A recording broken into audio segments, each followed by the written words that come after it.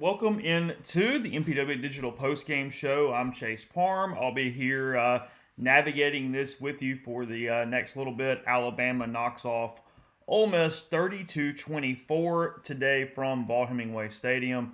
The Rebels had a double-digit lead at one point. They had the ball at the Alabama 15-yard line to win the game there at one point as well there in the final minute. So a lot to talk about. A lot of missed chances for Ole Miss, a lot of opportunities to win that game. In the end, Alabama winning 32-24. Ole Miss falling to 8-2 on the season. That clinches the SEC West for LSU. Brian Kelly in his first season, he will take the Tigers to Atlanta to face the Georgia Bulldogs. I guess the first week of December for that one. The Rebels 2 games to go. They're in Fayetteville, who was Arkansas with 13-10 loser to LSU today to help LSU to that SEC West title, and then Mississippi State in the Egg Bowl, obviously as well, to wrap up the regular season. So again, a lot to get to. I'll tell you first, the podcast brought to you, or the post game show brought to you by Dead Sox. We're gonna get to Jeffrey in a minute. We'll get to Neil. We'll do our normal show. We'll take your calls and we'll talk about all of it here coming up. But first, let me tell you a little bit about Dead Soxy. They are our presenting sponsor. Before we get going today, tell you about them. They got some stuff going on. They've got a pre-cyber sale coming that is coming very, very soon. You can take advantage of that there with Sox. You can get 25. Let's see. You get $25% off any order using code Rebel Grove. You know about that. But if you spend $50 or more, you get free shipping. 30% off of any order over $120. 40% off of any order over $240. If you really want to get stocked up.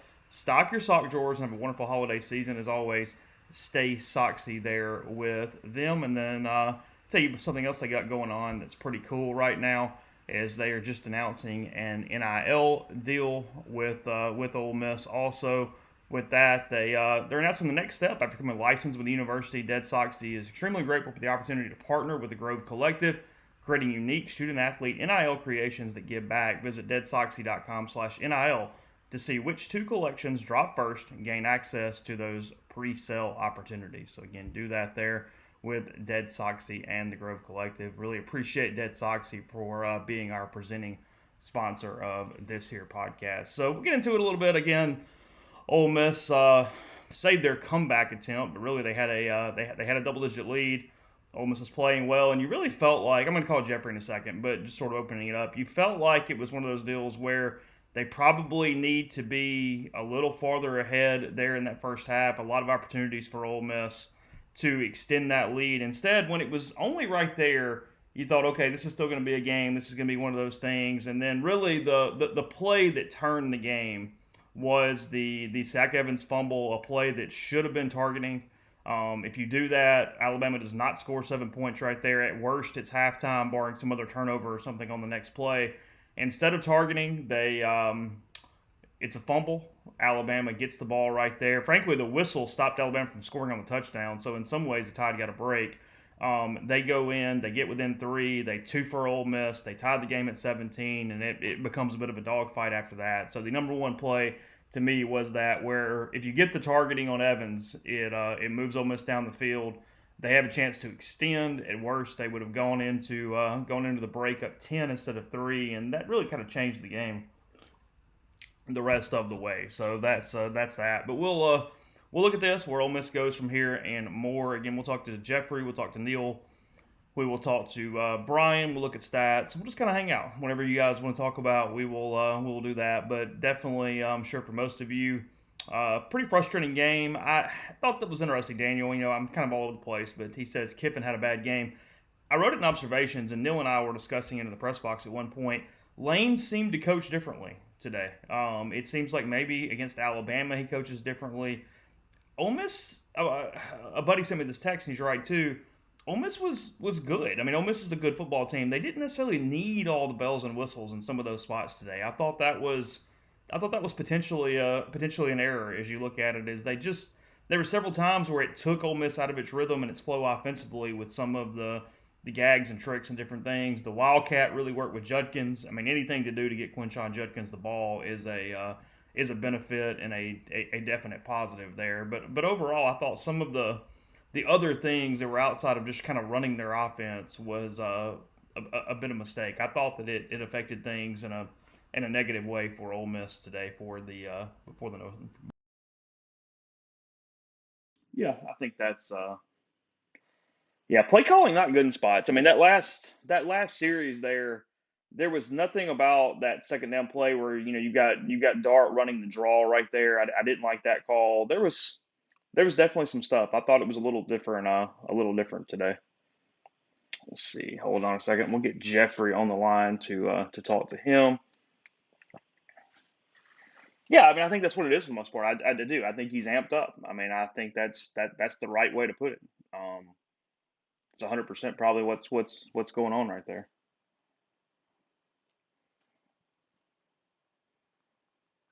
Yeah, Citrus Bowl sounds probably right. You've got Tennessee, barring them losing again. That's two teams in the playoff. That's a Sugar Bowl. You can do more than that. It's not impossible for Ole Miss to get one of the other spots, but it does become a little more complicated just doing the math. But maybe you guys have already done that. I haven't gotten that far. That's not where I'm at right now with it.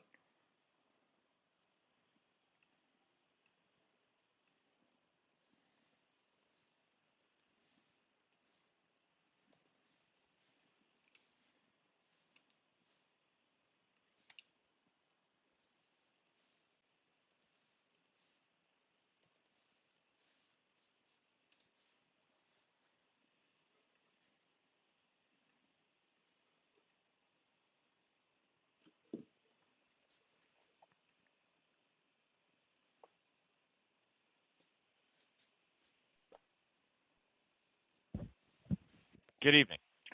Jeffrey Wright joining us now on the Rafters Music and Food Hotline. Jeffrey, so many things here. Ole Miss falling 30-24 here to Alabama in Oxford, and I'll kind of let you guide me a little bit because I got like 10 different things. But when you step back now, I guess 20-25 minutes after this game ended, what what was the primary reason why Ole Miss did not win this football game?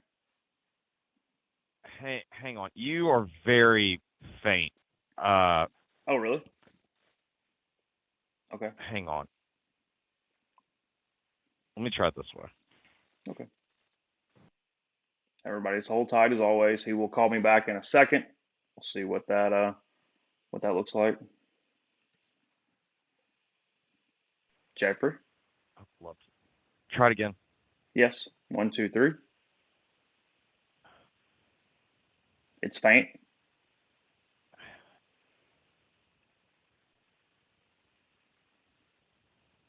Hang on. Might be even worse, huh?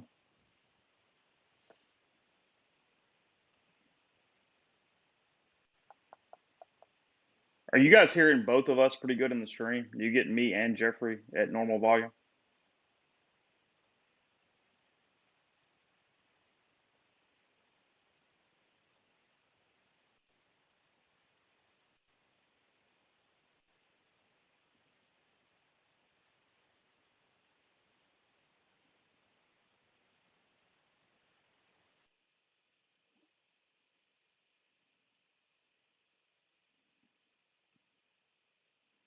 All right, give me 1 second. He says no on Jeffrey. All right, give me a second. I know everybody. I know you're freaking out. Probably not in a good mood. But just give me a second. We'll get this.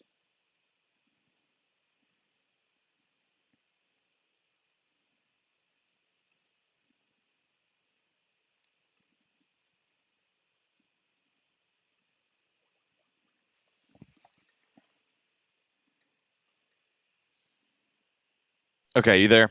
Yes. Ah, screw this. Is that not better at all?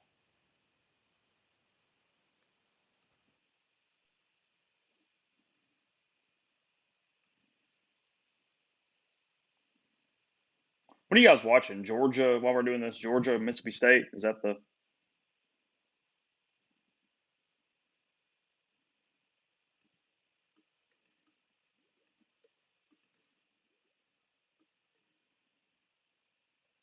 Hey,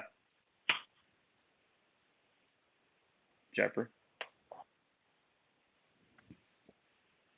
Okay, can you hear me now? I can hear you good. Okay. So I think your question is, what was the difference? All right, I was when just I think saying back there's on it. lots of different ways to go with this. I've got a lot of questions, but when you watch this or Yeah. think about this now, half hour after, what's the primary reason Ole Miss did not win the game? I think the primary reason is probably Alabama adjusting to how Ole Miss was trying to start drives running the football in the second half. If you want to go like key moment, it has to be the Zach Evans fumble, which was a fumble. I thought the only chance they had for it not being a fumble was, I'm pretty certain, and again, this is me speculating, not reporting, I am pretty certain Zach Evans got concussed on that play. So I thought their only chance of having that not be a fumble was targeting. Yeah, sure, me too. And as someone who hates the targeting rule in general, I guess I have to be on the other side of that. But really, in the second half, it felt like Ole Miss was just consistently behind the chains, whereas in the first half they really weren't. And Alabama dared them to throw the ball, and at times the drives that I think were successful were the drives that they threw the ball pretty well, and then the drives that weren't successful were either they didn't throw the ball well or I've said,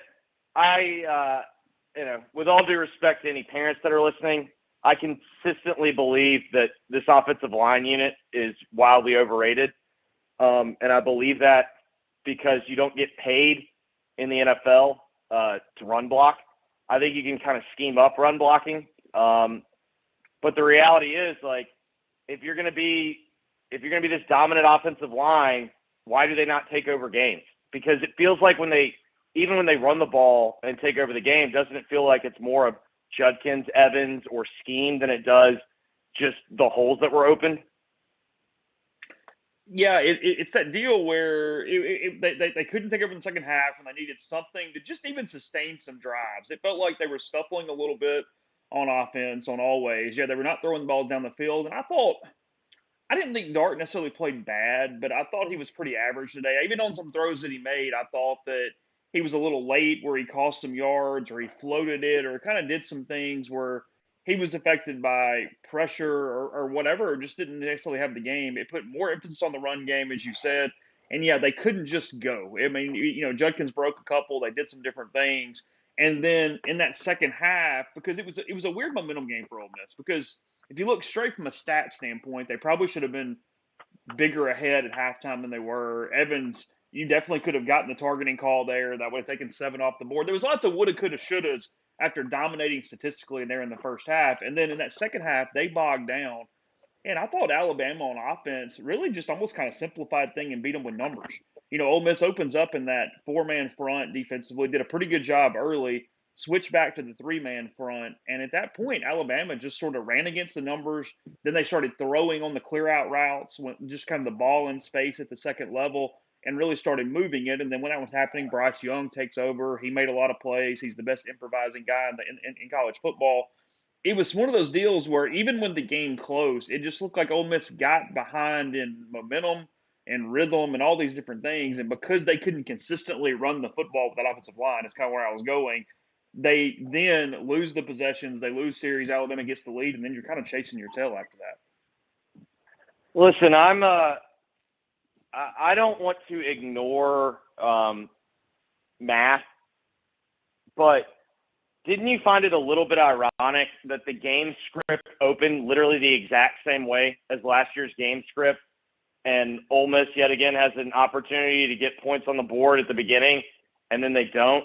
I understand maybe the game maybe doesn't play out, script changes, whatnot, but what if Ole Miss had 1st and 10 at the 14 and they just needed a field goal to tie?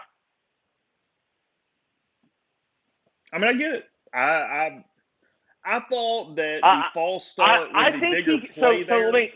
So let me explain what I mean by that. I don't know if the age-old adage, you don't beat Alabama kicking field goals, I don't know if that applies anymore. I think that might apply to Georgia. I don't know if that applies to Alabama because I'm not sure Alabama's that team anymore. You know what I mean? I think he coaches. I think he coaches this game. He's so hell bent on beating Saban that I think he loses his mind a little bit. Yeah, that's where I was going here. Is I thought Lane coached a weird game today, and he's done that against Alabama multiple times now. He coached well against them when they were just really, really chasing there in 20. But the last 2 years, in different ways, he's done the same thing. He coached cute. He coached to, hey, kind of frenetically. Yeah, if you take the points there, because Ole Miss is a good football team. They played against Alabama pretty straight up. All that stuff wasn't required. I mean, they had the Dayton Wade pass that they were lucky wasn't picked off. It was basically a Hail Mary jump ball at that point. I thought that multiple times between play calling and the way he was calling the game, he harmed the team, taking them out of rhythm at that point when they'd been better off just running and playing and being normal. Kick the field goal, run the ball, do whatever. Instead, there was multiple deals where he did something that negatively affected his team while trying to do too much. They could have just played football and won the football game today. Yeah, I mean, I definitely think that was the case. I even thought on the last drive, here's my deal. 1st and 10 from the 14. I'm fine if you want to throw it on first down because statistically, throwing it on first down is the best down to throw it on. But how do you have at that situation, how do you have miscommunication? I think that's a problem. You cannot – it's one thing to miss the throw. It's one thing to have the outside receiver breaking to the post and your quarterback feeling like he threw a good ball to the back pylon. Mm-hmm. And, I understand exactly what they were doing, but I think they went into the trap. After about the 3rd or 4th time that Jackson faked the toss sweep and thinking there's nobody in the middle, don't you have to tell them, hey, man, that's what they want you to do? He just kept running into the defensive lineman because they were trying to make it look like, hey, we're vacating the middle. That's going to be open for you. But that's what they wanted them to do. That's what they wanted Ole Miss to do. In hindsight, Ole Miss ran it one or two too many times trying to set up that pass that they eventually hit. They ended a couple drives trying to set up something for later. You know what I mean? Yeah, but I still think the bigger problem is that's not a new action that they've been running. They've been running that action, so it's really just an option play. Even when they fake it off the toss, there's a read. The problem was he missed – I can't remember who the receiver was, but there was a receiver that was open at the 8, and worst case scenario, even if he just catches it and goes down to the ground, well, now it's 4th and 4 instead of 4th and 16. I just felt like you got to tell him at the sideline after they stopped that play for the 7th time in a row, hey, buddy, you're not really – the only time they were getting any yards off of it, it felt like they got to the edge, and then half the time they were getting to the edge because there was a hole. Where did you see? But I mean, the reality of the situation is, think of it this way: if you look at yards per play, everything, this game was dead even. I think it was 4.6-5, and Ole Miss ran more plays. I mean, the reality of the situation is the points per opportunity. Alabama, every time they had to kick a field goal, they took it. And then, Ole Miss felt like that they were 5 touchdown underdogs when in reality they were, a 10-point dog at home. Well, and even beyond that, I thought this way all week. I mean, I don't know if we talked about this on Thursday or not, is that I thought Ole Miss had to get points out of its script. I just thought that when you get the ball that first early on, get some points, do some things to get a lead, to give your guys some confidence, some momentum, all those different intangible crap that may or may not matter. And then it went so far reverse the other way because he did. He had a really good script again. He always does. Lane is a really, really good script guy. And he goes down. If you get the 3, you steady your own team in a way. And I get they ended up scoring and they didn't get in the lead. But at that point, you're right. And kind of coming full circle here before we move on is that, yeah, this Alabama team does not score into the 40s every week. This was never going to be a track meet like Alabama and Tennessee.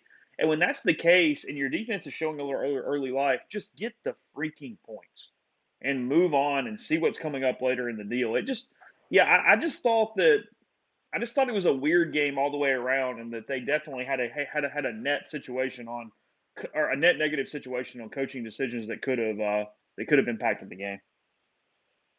Like I'm sure if we look up,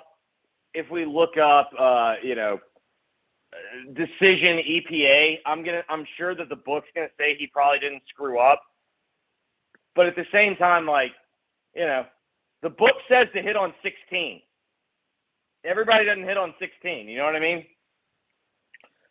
Well, look, you can't go 100% analytics. I mean, it depends on matchups and all kind of different stuff too. And Lane has said that. I mean, it's a complicated mixture, and that's one of those mixtures where even if that's what the book said, in some ways, and maybe this isn't fair, I guess my biggest deal is if kicking field goals didn't matter, Bill Belichick would not have a kicker. You know what I mean? This is probably not fair. In some ways, it felt like he was still coaching last year's game when he didn't get it. When he did, they had a very similar situation. He goes for it on fourth down, and then Alabama just sort of trucks him from there. It almost felt like he was trying to right two wrongs a little bit. Maybe completely unfair, but that in the moment, that's what I felt like. I felt like he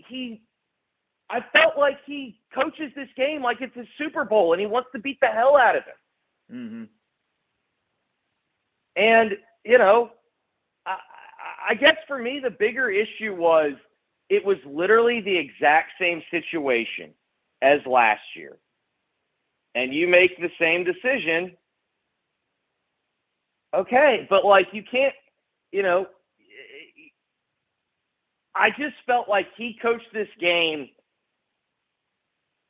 This game clearly meant more to him than other games, and that's fine. I understand that happens for a lot of coaches, but I think it cost them tonight. I guess that's how I bottom line it. And then let's also not neglect the obvious. The other deciding factor is, I mean, Bryce Young's numbers are not going to be overwhelming, but was there any question he was the best player on the field? No, I mean he's phenomenal. He's phenomenal. I mean, how many? Some the of his Houdini most acts, impressive the throws through difficult lanes. I mean, he won the football game for Alabama. There's no doubt about that. That touchdown throw where he made the little shimmy move with his shoulders, and then he just kind of like feathered the throw into the back corner to Brooks. I mean, I would love to say Ole Miss made a mistake there. They were in good position. Mm-hmm. And like, no, you know what I mean? Like they didn't bust. Like, I don't know. Like in the end, Ole Miss did not make enough plays, and the better quarterback was on the other end. And I'm very high on Jackson Dart, but I'm with you. I thought another big throw was, remember he had Heath open. I can't remember if it was the drive before they punted or the drive before they went for it, and then Bama goes down and gets the field goal to make it 6. But he had Heath wide open, and he just kind of one-hopped it. If you're going to beat them, you got to make the throws. Bryce Young, 21 of 33, 209, 3 touchdowns, no interceptions. Jackson Dart, 18 of 31, 212, 1 touchdown, no picks. Yeah, I mean, I think they both finished getting sacked 3 times, but, like, it felt like Jackson maybe got out of, like, 2 sacks. It felt like Bryce got out of 10 sacks. And maybe, again, I have no idea if there's numbers for that, but that's what it felt like watching the game. And it's where I wrote that Ole Miss had a lot of missed tackles in the middle of the game. It looked like they were tired, they were gassed. The running backs, the backup for Alabama, whose name is slipping my mind right now, and then Bryce Young. McClellan. They slipped out of trouble. They extended drives. Ole Miss had multiple chances to get off the field and just either had a bad angle or couldn't make a tackle to the ground. The defense was definitely struggling through there, and then when the offense sort of went in combustible different ways. But I guess my point is, I don't know how much of that is Alabama and their playmakers, because you do have to factor that in. Like, how much is Bryce Young got out of those plays versus Ole Miss didn't make those plays? You know what I mean? And I don't know what percentage to do what to. I think that's more than fair. But I mean, like, I don't know. I felt like in the second half, like they clearly made the decision. McClellan's their tough guy, and they were going to try to get tough yards. They didn't really care. They weren't trying to hit home runs. I think they were thinking if we get 4.5, 5 yards a carry, we'll take that. But there was like a couple of possessions in that second half where didn't it feel like Ole Miss, instead of trying to tackle McClellan, they were just trying to strip him, and like he would just keep going. And like I know there was one run where he ends up getting a first down out of it because Ole Miss spent 8 yards trying to strip the football. Yeah, his yards after contact numbers are going to be really good tomorrow simply because of that, where Ole Miss was not tackling effectively, trying to grab the ball, not locking up, all those different things.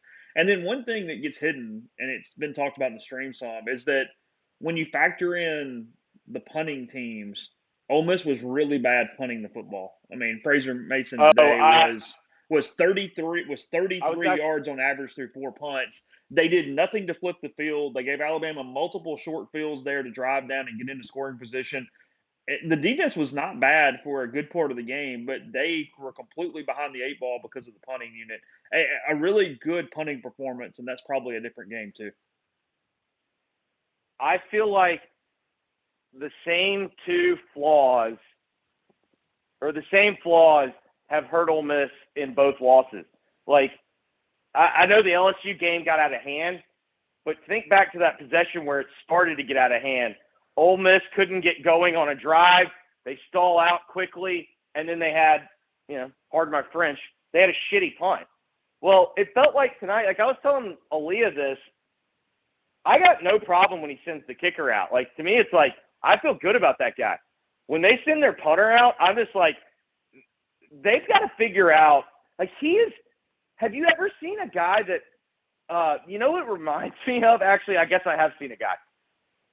My complaint about Will Gleason was I've never seen a rugby punter that gets the punt caught more. Hassan falls under that category. What is it, Masson? What's his name? Yeah, Mason. Masson. What? Yeah, Mason. Fraser Mason. Whatever. He is in the Mason, Will Gleason Memorial. Yeah, he is in the Will Gleason Memorial rugby punter that gets caught. It's like, hey, dude, the point of the punt is to get the thing on the ground so it will roll and you can cover it and they can't return it. But otherwise, it was just like a bunch of, 28 to 30-yard low-line drive kicks, and Alabama's like, thank you very much. What do you expect next week in Fayetteville? I don't know, because that was how much of that game did you get to watch? A lot. I stood in the back of the press box and watched more than half of it. Because that was a strange game in this sense. Arkansas completely, flipped their script on what they do defensively. Like, did you see how many times they were just, loading up and coming after them? And it was interesting to me in the sense that LSU was like, okay, well, we're just not going to take the shots and try to beat them and take advantage of that secondary. But, we can say that the transitive property doesn't matter. Arkansas did lose to Liberty at home, and Liberty lost to UConn today. They did. So, yes. You know what I mean? Like, when everyone was trying to do the whole, Liberty, look at what they built, it's like, maybe that says something more about Arkansas. It's both. Look, Arkansas played a bad football game against Liberty last week. They have severe issues that LSU didn't really take advantage of. You can throw on them. Now, Ole Miss has got to throw on them, but you can throw on them. They had a backup quarterback in today. And then from a Liberty standpoint, they won their Super Bowl last week, and there was no chance in hell they were getting up for UConn today. UConn's a little better, and Liberty still is not exactly chock full of FBS or Power 5 players. I mean, come on. No, but the reality is Arkansas put up 10 points, and they got 7 of them after LSU got that second score, or to go up 2 scores, and kind of sat back. But, I mean, I guess the question is, does KJ play? Because the reality is, if he doesn't play, like if Ole Miss goes and scores 3 touchdowns, I think they'll win the game. I'm doing not really math. I'm kind of going through the stuff in my head. It would take, which I don't guess is, I guess it would be tennis, whatever. The SEC would have to get 2 teams into the playoff for Ole Miss to have a chance at an Access Bowl, right? Yes, but they're going to be behind the 8 ball because now Alabama's going to be ahead of them. Right. So, what you're saying is in your my scenario, world, Alabama, the like, SEC gets Georgia, 2 Tennessee. and Alabama. Well, no, because you got LSU too. Yeah, Citrus Bowl is the best they can do. Has the SEC ever gotten 4 in? Because I feel like they can manipulate that to where they don't want that to happen. That's too much money going to the one Access place. Bowl. Yeah. I think they've only got. Now the question is, has a 10-2 SEC team ever gotten an Access Bowl? Because I would venture to guess probably not. Well, the problem is you got to be in the top 11. If you're in the top 11, My question, you got a spot. Has a 10-2 SEC team ever not been top 11? No, but I mean, Ole Miss is in a weird spot for that right now.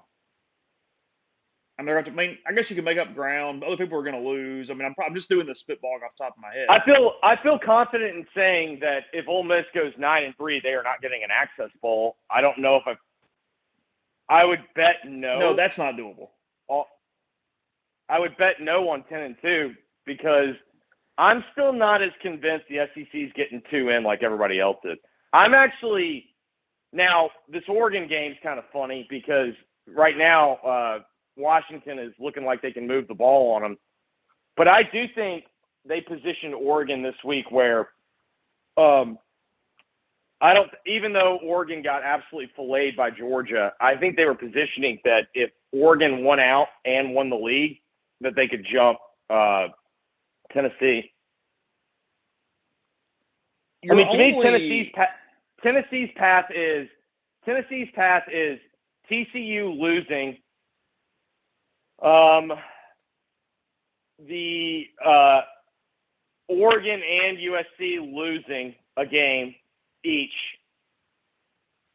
and then, I mean, that's the other thing. What are they going to do if Michigan and Ohio State both have, if one of them goes undefeated and the other has 1 loss, what are they going to do there? That's the problem. Is that if you told me today that a league got 2 teams in, I might lean Big Ten. I think so too. Because you're all. I mean, just quickly, and I get this is not. I get this in the postgame show, not even about Ole Miss. So I'll be fast here, but Georgia wins, they're in. But I don't think that helps Tennessee in some weird way. Isn't the only path to 2, because LSU's not getting in with 2 losses, in my opinion, no matter what, even if they beat Georgia. So are we sure? No, but isn't it a better chance that Tennessee and Georgia got in with 1 loss? Well, I think the path into 2 is LSU wins out and the SEC champion, and then Georgia gets in. I think 12-0 Georgia, I think they're in the same spot they're in last year. I don't think it matters. Yeah. And you actually think now, LSU I can understand. get in? I think 2-loss SEC champion LSU is going to be a problem. And I know that they'll point out that they lost to Tennessee, but I just do. Okay. I mean, that's just kind of like right now, that's kind of how I think. But, like, I don't know. Here's the reality. They'll finagle it however they want to finagle it. I guess here's more times than not, it really boils down to this. Who do you think are actually the 4 best teams? Because everyone tries to do resume too much. Georgia, Tennessee, Michigan. And, I mean, I guess Ohio State, but hell, I don't know. I agree with you. I think Michigan's better than Ohio State. I think Ohio State's going to have the same problem. I think they're going to have the same problem they had last year. I think they're going to get bullied. Now, the question will be if Jackson Smith and Jigba, who I think is doing a Jamar Chase, but like a modified Jamar Chase, where I think he's only playing like the big games. He does make their offense different. Mm-hmm. So I don't know. I think if you made me bet, I'd say Ole Miss is trending towards Orlando. Citrus Bowl. Is it back to the Citrus? I don't know. Yeah, whatever that bowl is called. I know what you mean. The Capital One Citrus Bowl or what? I don't know. What the once upon a time, the artist formerly known as the Citrus Bowl that might actually be the Citrus Bowl again. Which is not exactly a bad year. Who would not have taken that before the year? I mean, look, 9-3 is completely on schedule. Now, Ole Miss needs to go win these last two games because it's against the team that lost to Liberty and Mississippi State. But, I mean, no matter what, they have shown exactly what they needed to show in year 3. Period. Part of the reason they lost tonight is they're a young, inexperienced team. I still contend that Jackson's having as good of a year as Matt had in his first year under Kiffin. So we'll go there for a second. What is Jackson Dart, in your opinion, next year? Really freaking good. Oh, you think so? Arguably the best quarterback in the league next year. I mean, let's see who would be better because Young's gone. Hooker's gone. I don't know. Does Stetson Bennett have a 10th year? He is done, I believe. Pretty sure, yeah. Rodgers is done, right? Rodgers technically has a year left, but does he really want to take it? I don't know. Well, I mean, what's he going to go do? Play? I mean, he's not going to play in the NFL. I mean, he doesn't have an arm. Actually, Rodgers might have technically 2 years left for some reason. COVID, I'm sure. Yeah. KJ has a year left, right? Yeah, but I mean, limited as hell. Yeah, but KJ's also more limited because he's literally banged up. Now, the question is, how much of him being banged up is because they literally run him like a rented mule? I mean, you're making your point. I mean, Richardson's gone. The kid sure. I kind of like that kid at A&M's. I'm interested about him, but I mean, you know, that offense is still that offense. I mean, who knows what Auburn does? I mean, well, yeah, we don't know if there's 2 transfers coming into the league or some shit like that. Correct. I mean, taking that stuff out of the equation. But I mean, I guess here's a better question because I understand what you're saying. Where is he going to get better? What's it going to look like? Like, what is it that you go, oh, in year 2, this is this? The same things that Matt got better doing. You just get more comfortable and you start reacting faster because part of the problem that we said today was at times it felt like he was just like a beat too slow. You know what I mean? And so the more reps you get, the more comfortable you get. Because one thing that also gets left out of the equation with Jackson, especially compared to Matt, Jackson in high school and even at USC never played in this RPO-heavy offense. He always played more in kind of an air raid type offense, and it's a very different offense. And the more he plays in it, the more he's going to get better. And, you know, he had one throw today that was kind of could have been catastrophic. But I think Matt's year 1 under Kiffin, the highs were higher. But I think Jackson has been steadier under Kiffin in year 1. Like, in the end, Jackson did not make the throws to win, but Jackson also did not get them beat. There were multiple games for Matt that year that he got him beat. No, I thought Jackson had some bad throws today. I thought he got kind of flustered by the pressure.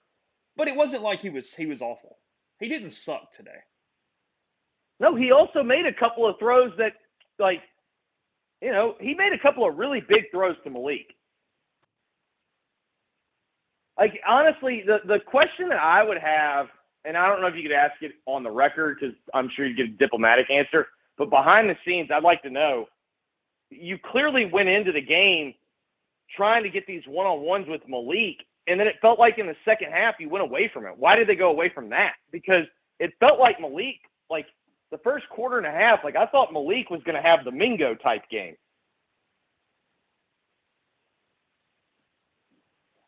Yeah. And how'd they finish? I had that a second ago. Let's see. Stats. Ole Miss receiving. Mingo 7 for 59. Heath for 6 for 123. And I felt like they targeted Mingo 10 times and Heath 11. How many did I want to kind of divide it. I want to know. I bet Malik had at least 4 of his 6 catches in the first half. At least? I don't know off the top of my head. But yeah. I bet they all in the second half. Let me see. How many plays did they run each half? First half, they ran 47. Second half, 34. There you go. That might have something to do with it because they just didn't run as many plays in the second half. Now, that's also partly because Alabama held onto the ball more in the second half. What's your take on them? Alabama had it 17. I still feel confident what I said to you on Thursday. I just think them and Georgia have traded places. I think they're still a really good SEC team, but they're just not a great SEC team. And the question for me is, man, what is their future? Because I get it. It's probably not as hard to rebuild at Alabama as it is at other places. But let's talk about the rebuild that they would be looking at. At the minimum, you're getting a new offensive coordinator. Agreed? If not both. But I think at the minimum, you're getting a new offensive coordinator. Yes. Would you bet 2 new coordinators or 1? I mean, you would have to set the over-under at 1.5. And I think but would you bet the over or the under? I think I would go over. I actually do too. I think they're going to replace both. Yeah. So O'Brien and Pete Golding for anybody in this room. So you're going to replace your quarterback. You're replacing your best defensive player. You're replacing Toa, who's your second or third best defensive player. I mean, you know, when you start going down the roster, this might be where Georgia taking 2 or 3 guys a year has kind of caught up to them. And then Alabama is also in a little bit of an identity crisis. And I know that we've talked about it ad nauseum, but it does bear repeating. There's a reason why Nick Saban went nuts at that booster club meeting, because Alabama cannot be the biggest dog in the NIL world. This isn't the under the table world. Them and Auburn, I think, and Clemson even, like we're starting to see, hey man, the rosters aren't nearly as good when it's different than the under the table world. It's that they have some talent issues, they have some depth of talent issues, which is crazy about Alabama, but it's true when we're judging them by what the relative nature is. And Bryce Young is doing things. George Rule said it in the stream. He is masking things to a level that is hard to comprehend, because if he's not himself, I mean, they're 5-5 today, Jeffrey. Oh, think about this. If it's just an average Alabama quarterback who's not a Heisman contender from an ability standpoint, they're 5-5. He is better this year than he was last year. And he's not going to win the Heisman this year, which I think that's fair. To the stupidity of the world, the award. But think about this. Even if they don't have average, who's like Greg McElroy plus? I mean, I know. McCarron. I mean, I get that's the point. Yeah. No. Right, McCarron. You know, McCarron was a 5-star, but he's, you know what I mean? Like, if they have A.J. McCarron, they lose to Texas. They lose to Tennessee, Texas, obviously. A&M, and Ole Miss for sure, and then Arkansas would have given them a game potentially. I think you can throw out A&M because they didn't play A&M with Bryce in that. You know what I mean? Yeah.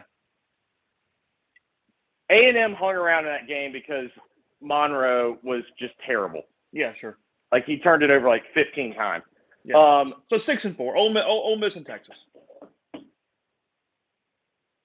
Ole Miss and Texas, yeah. And we're talking about 8-4. But if they don't have him against Tennessee, they would have gotten beat. They would have gotten their absolute doors blown off. Mm-hmm. I mean, we're talking about like a 30-point loss at Tennessee if they don't have him. He's been awesome. And I mean, like, to me, like, that's kind of, like we said, the numbers today are not overwhelming, but we can nitpick. We can talk about Kiffin's decision-making.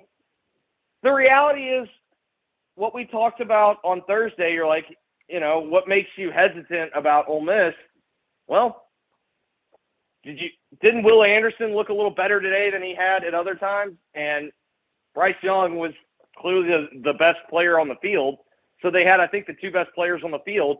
The only person that I would listen to for an argument is Judkins, but certainly they had the best offensive player and the best defensive player. I think if you phrase it like that, don't you say that's fair?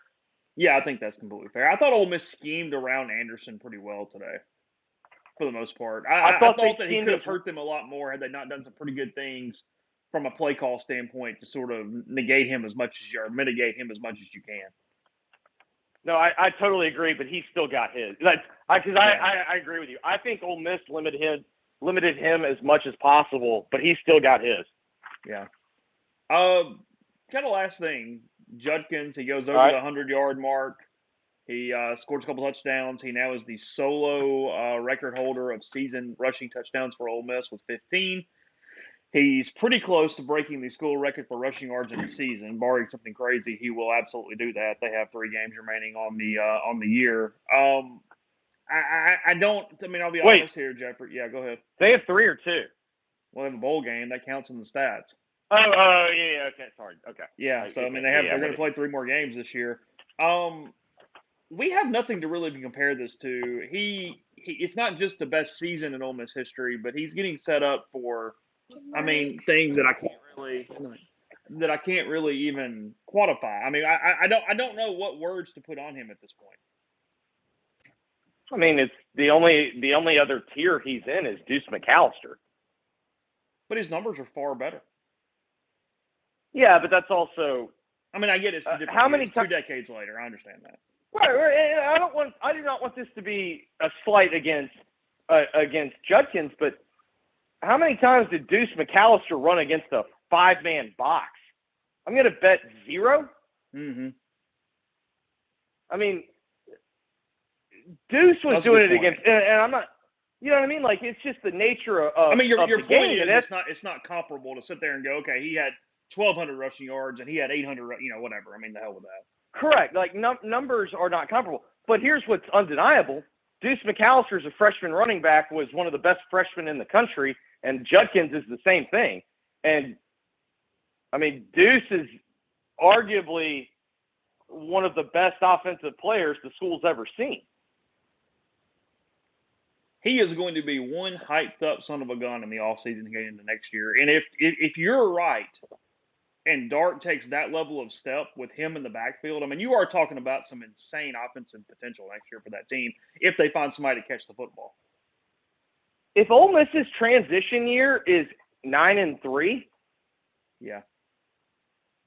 Let's also not lose sight of. Like, I understand, hey, you get caught up in a season, and that's what it means to be a fan, and we only have X amount of days on this planet, and that's what you want to do. That's what you want to do. But, like, let's not lose sight of coming into this year. It was the transition year. Oh, look, things change because of the way the league set out and the way the league has set up at this point. But no, and this isn't minimizing today or a loss or anything else. That's not my point. But everybody in this stream, for the most part, would have said, hey, 9-3, take it or leave it. Yeah, absolutely. And year 3, move on. Good, cool. So the liquor store right by my house, the guy that runs it is a big rebel. And I went at halftime to go stock up. And it was right after the fumble and the touchdown, but I go, if I would have given you 17-14 leading at the half, would you have taken it? He's like, hell yeah, I would have. Like, you know what I mean? Like, I understand it's disappointing, the result, and that's the point of the sport, but Ole Miss did not get embarrassed today. Like, that's the other thing. We're kind of nitpicking this game as if it was a blowout loss. They just lost the football. They simply lost a football game to a very talented football team. That's it. They had the ball first and 10 at the 14, down 6. Yeah. I mean, that's honestly, like, if you really want to one play, one throw, and we're doing a completely different damn show right now. There was a Judkins run, not the one that got him down to the 14, but there was like one where he slipped right up the middle, and they got him at the very last second. It felt like if he breaks that one, it was the typical Judkins inside zone for a touchdown. But guess what? Alabama's got really good players. Yeah. But there's no question. What should definitely be the emphasis this offseason. Now, this is something I proposed to Neil, and I'll say it now because we're at this point in the show. So my working theory is schemes trickle up. And what I mean, schemes trickle from high school to college, college to pro. Pro adopts a lot of different schemes because they're pros. They can do a smorgasbord a little bit easier. But in general, schemes typically go, bottom up. Player procurement or player selection, if you will, tends to go top down. So what gets emphasized in the NFL, particularly in the draft, it typically takes college 4 or 5 years beyond the obvious of quarterback and honestly, even really just quarterback. But my working theory is the reason why Ole Miss has not – Ole Miss had a lot of success under Freeze getting receivers because I think receivers were undervalued. And Ole Miss could go and pay for the big receivers, but Ole Miss struck out pretty much on every big running back. Well, what you've seen flip in the NFL is, like, look at how the NFL valued a Jamar Chase, how they valued receivers in general. Well, that's now getting to college, and I think the reason why Ole Miss was able to buy some running backs, but maybe struck out on the receiver front, is I think the value of the receiver went up in college like it did in the NFL 5 years ago. Does that make sense? Okay, sure. Yeah. And again, that's a theory. But I suspect that's the case. And now Ole Miss has got to find receivers next year. They lose all of them. Well, and in fairness, so does Alabama. Yeah. That's the scary thing. I mean, Mingo, Heath, Watkins. But I mean, they got to find a true number one. Like, that's the other thing. Like, when you talk about why this offense maybe isn't as explosive as it was in years past, I think partly is breaking in a new quarterback that's getting used to a used system, but also there's not a true number one on this team. Yeah. Oh, last thing, we doing Georgia State or Auburn A&M on TV1? Are you watching something Seattle? Are you watching Washington, Oregon? What are you doing? So right now we have State and Georgia, but if that game gets out of hand, I'll flip that quickly. I've got a spike bet pretty hard against Wake Forest, so I'll be keeping a lot of eyes on that. I took Washington plus 13. The problem with that is I'm up 10-3 right now, but that literally could flip. And like Washington can't stop anyone, and so that game could flip very poorly quickly. But also, I kind of, I understand why TCU isn't favored. I also think TCU is a better football team than they're getting credit. Like, and I know that they're number 4, but like, I think everyone just is expecting them to lose. I'm not convinced that that's going to happen. I'm not saying you would obviously be better off betting that they are going to lose, but I'm not convinced that they're for sure going to lose a game. Yeah, no, I completely get that. And somebody said this in the thread, look, everybody's tampering. Kentucky's really good at tampering in the other way. If you can get Barry and Brown, you find a way to tamper and get Barry and Brown. Oh my God, yes. I mean, you figure that one out. Well, speaking of TCU, is what year's the Johnston kid? I have no idea, but yes. Is he NFL? If he's not NFL eligible, I don't care what it is. Go get him. Get Zach to go recruit him. Well, it's like somebody had a good point today. If you would just put him on bidding, what's Harold Perkins worth in the open market? Well, because is he a true freshman or a redshirt freshman? I think he's a true freshman, isn't he? I could be wrong. Well, but for the sake of the I thought he was a true freshman as well. $1 million plus, right? Because you get 3 years of him. Yeah, I think you're right. I mean, have you seen? He single-handedly beat the last 3 teams they played. He single-handedly beat them. Yeah. I mean, it's insane. I mean, he had 4 sacks and 2 forced fumbles today. Yes, and They're saying the TCU guy is projected to go top 10 in the draft. Okay, so I didn't know if he had a year left, but I was like, if oh no, he's clearly, that's what I'm saying. The dude's a stud, so if you can go get him, go get him. But like I didn't know if he had any eligibility left. Yeah. So anyway, all right, enjoyed it, bud. Appreciate it. All right, dude. All right, bye. I haven't heard from Neil yet. We'll go to him whenever I hear from him. He's still at the stadium. He is writing, getting stuff up at rebelgrove.com. I know Brian was at the game. He was headed back to the house as well. So we'll get into that. I'll tell you what, I'll open up the calls though. If somebody wants to call in, they want to talk about something, I'll go ahead and get that going for a few minutes. We'll see if many of you guys want to chat, and we'll go from there. 662-259-7556 is the phone number. So if you call in, you got a topic, whatever you guys want to talk about, we'll do that for a few minutes and then get on to Neil and Brian from that point. So 662-259-7556 is the phone number. The line is open. I'm flipping back and forth between Georgia and State and Auburn and Texas A&M. I'm more interested in Auburn and A&M. And then I need to go find Texas TCU just to put it in my rotation. We talked about this on the podcast the other day, that I have the way my Hulu is set up. It's a little cumbersome. I might be switching to YouTube TV at some point. Who do we have on the line? This is Will. Hey, Will, how are you? Okay. A couple calls went our way. It would have been different. That's fair. There is a good point of that. I mean, you're 1 or 2 things away from a completely different show right now. I mean, Well, yeah.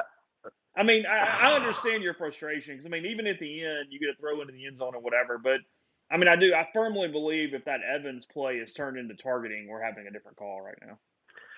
So I was at the game, obviously, and I just saw Neil's tweet when I got home. Did it look like targeting on TV? Because I didn't see it. When it happened, I didn't see that. In real time, I wasn't looking for it. But, yes, when you just look at it on replay, which is what they're allowed to do, it did. Yeah, it looked like targeting. So if you do that, then you're talking about 1st and 10 Ole Miss, at least going into the breakup 10-7, and frankly, you have a chance. I mean, 10 points, and then you have a chance to even extend it from there. Yeah. And do you know if they reviewed that play to see if there was a fumble or not?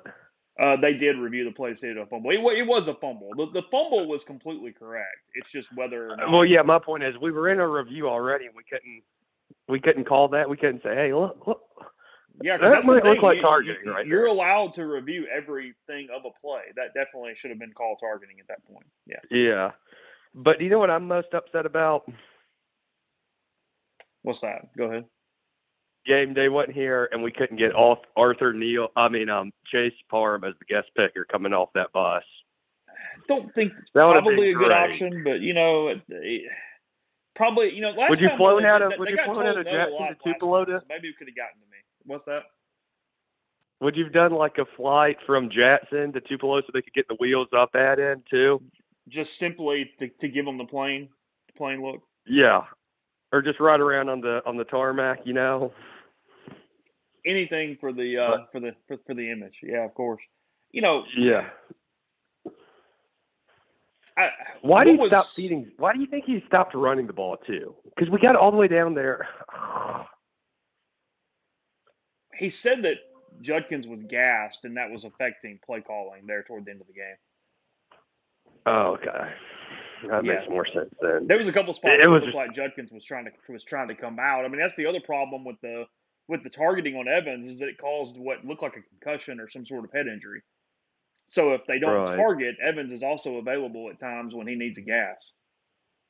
Yeah, that's true. I mean, it was a multifaceted deal of how that affected things. Yeah, and the receiver getting tackled running around. It was a painful night. Mm-hmm. That was all the way. But I mean, I'm not going to blame it all on the officials. They didn't play. The defense played okay, I thought. The defense played plenty well enough to win the football game. Yeah, because frankly, Ole Miss should have been up more points at halftime, which would have given more cushion. And then look, this is the deal too, where you do have to give the defense some credit. And I wrote this at the end of my observations. Is that given how Alabama had come back and Bryce Young was making things happen, they forced 2 field goals at very critical times to give the offense chances to go down and score a touchdown and win a football game. Right. I mean, they did kind of come back and got the ball at salvage the 50 a little bit. both times. Yeah. Yeah. I never want to see a QB draw again. I never want to see the QB draw again. It was just a painful night. It was. I understand that. Yeah. Well, but anyway, thanks for taking my call, and you absolutely. have a good one. Thank you.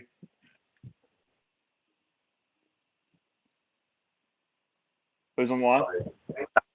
Such a dog ass. You just Hello? absolutely. Oh, Chase. Yes. Yep. So I was wondering, after that game, man, do you feel the same way? I feel this way. Do you think Alabama? I felt like Alabama wanted us to win that game for a while. Like we had that game in our hands. I thought they wanted us to almost win that for a while. I thought they were a 27 points. 27 points. We couldn't at home score more than that. I felt like for a while there, it's like they wanted us to win that game.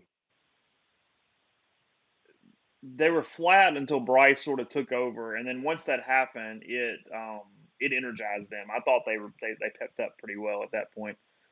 Did you go to the game? I did not. I did not. I wanted to. The tickets were. Did you go to a party? A little bit expensive. I was at a party, yeah. Okay. Sounded like you had a few beers. I'm just curious. Yeah, no.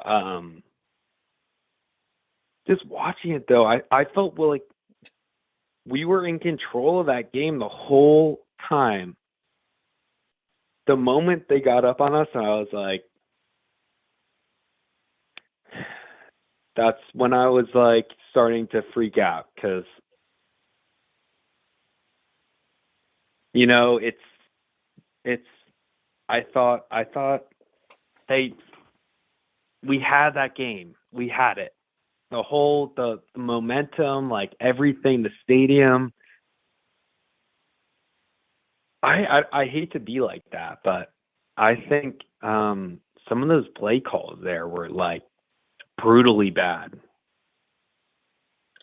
There were a couple. I think he would for sure would want over. What'd you do? Did you do were you doing whiskey or beer? What were you doing tonight? I was just doing beer. Oh, that's it? Yeah. Craft or like just domestic? I was doing Kona. Have you ever had that Kona? I have not. No. Where's it from? It's from Hawaii, actually. They have them. Okay. I graduated from Ole Miss 2 years ago, but I go to law school up in Jersey now, New Jersey. But they have it all around here on draft. It's a great beer, Kona. Gotcha. Longboard. It's like delicious, honestly. Okay. Well, appreciate it. Thanks for the call. Appreciate it. We got an alcohol recommendation before we left it. It was fine. What are you worried about? Who are we talking to? Hey, this is Ford, Nashville. Hey, how are you? Good. How are you? I'm lovely. What'd you think? The Rebels played a great game. Not gonna lie. But I mean, I see all over Twitter everybody's complaining about the referee play. I think it went both ways the whole game. Like, we can't sit here and say that the referees weren't on the Ole Miss side. That's not how the game went. Here's the thing with that, and yeah, I'm not spending the entire show on refereeing, but what happened, and this is partly officiating's fault, and this is partly Ole Miss's fault for not capitalizing on things. Ole Miss had 2 breaks go their way tonight from an officiating standpoint. They didn't pick up the first down early in the game, and then the officials moved the sticks on that 3rd down throw across the middle, and that did not turn into points to the best of my knowledge, I don't think. And then 2, when they got the break of the fumble recovery, that couldn't be returned for the touchdown after the Evans fumble, they didn't limit Alabama to a field goal. But beyond that, I mean, the number one officiating play of the game was the targeting on Evans, and then the face mask on Dart early in the game that wasn't called. I guess my point is, every time there was a break, nothing really changed from a situation for Ole Miss when they got one, versus every time Alabama got one, it seemed to turn into points or really change the tide of the game. Yeah, the momentum changed. Whenever anything went Alabama's way, the momentum changed. But Sure. I feel like the momentum didn't change when the Rebels had something good go for them. Nothing changed. The game went on. Sure, I had a good feeling about this game going until about the 4th quarter, and I was like, oh crap, we are Ole Miss again, and that's how the final score ended up, and we need to go into Arkansas and do the best we can, and on to next year, I guess. What is successful for Ole Miss? Are you happy at 9-3, 10-2? Where you at? 10-2 for me. Okay. I think we win Fayetteville next year or next weekend, and then we beat the hell out of Mississippi State Thanksgiving Day. Okay. Well, you heard it here first. That's right. Yeah. I know y'all are rooting. I know y'all think we're going to win it all. Win out. I think they're going to win out. I do. Yeah. I think they're going to beat Arkansas and Mississippi State. 100%. Yeah, I do. I mean, I get fake. I get Fayetteville's been weird to Ole Miss. I get Fayetteville's weird in general. It's been cold, all that stuff. But I mean, Arkansas has just not played very good football lately for 4 quarters, and when they do, they still have lost games. Do we think KJ plays next weekend? I have no idea. I mean, there's some stuff going around today that it was injury and potentially not really holdout related, but that he was frustrated by some NIL stuff. That there's multiple levels to it. Is that true? I have no idea before somebody starts quoting me or reporting, but somebody did tell me that would have some knowledge of the situation today. Interesting. One more question for you, and I'll let you go. I know you got more callers. Do you think this affects Kiffin staying at Ole Miss? Not in any way whatsoever. No. 100%. No. I don't think it has any impact at all. What have you heard from Auburn, from the message boards on Auburn and our message boards? I feel like it's kind of chilled out the last few days. It's too early. I think everybody knows it's not a very good fit, and everybody's just waiting to see if Auburn does something really, really, really dumb with any kind of contract offer from a monetary standpoint. But the way I felt about this the whole time is that in a lot of ways, coaching searches have this big buzz immediately, and then it sort of actually gets broken down into the actual search. And when that happens, things aren't very quick. Things are much more methodical. And then a lot of times, and frankly, this is one of the reasons why my guess is that Lane Kiffin is not going to Auburn, is that the original candidate that's so hot very rarely gets the damn job when a search goes a month or longer. It just doesn't happen. That's not typically how those things work. And I mean, Lane would be an idiot not to take a 10-year, $100 million contract. Well, yeah, if somebody wants to just throw stupid money, all bets are off. But otherwise, it's not a good fit for Lane. I mean, Ole Miss is a better fit than Auburn for Lane Kiffin right now. How much money does Auburn still owe Harsin?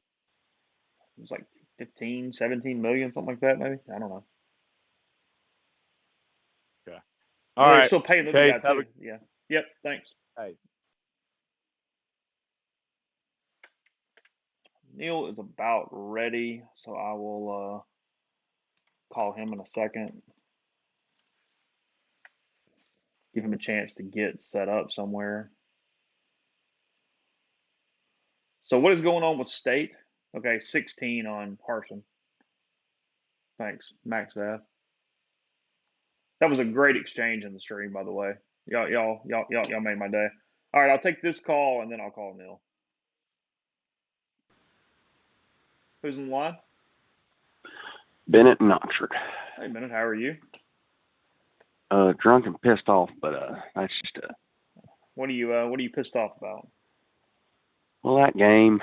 I was there. I paid $450 for my tickets just to watch SEC refs either be that incompetent or that biased. One of the two. I ain't gonna say which one, but it was one of the two. Okay, that's fair.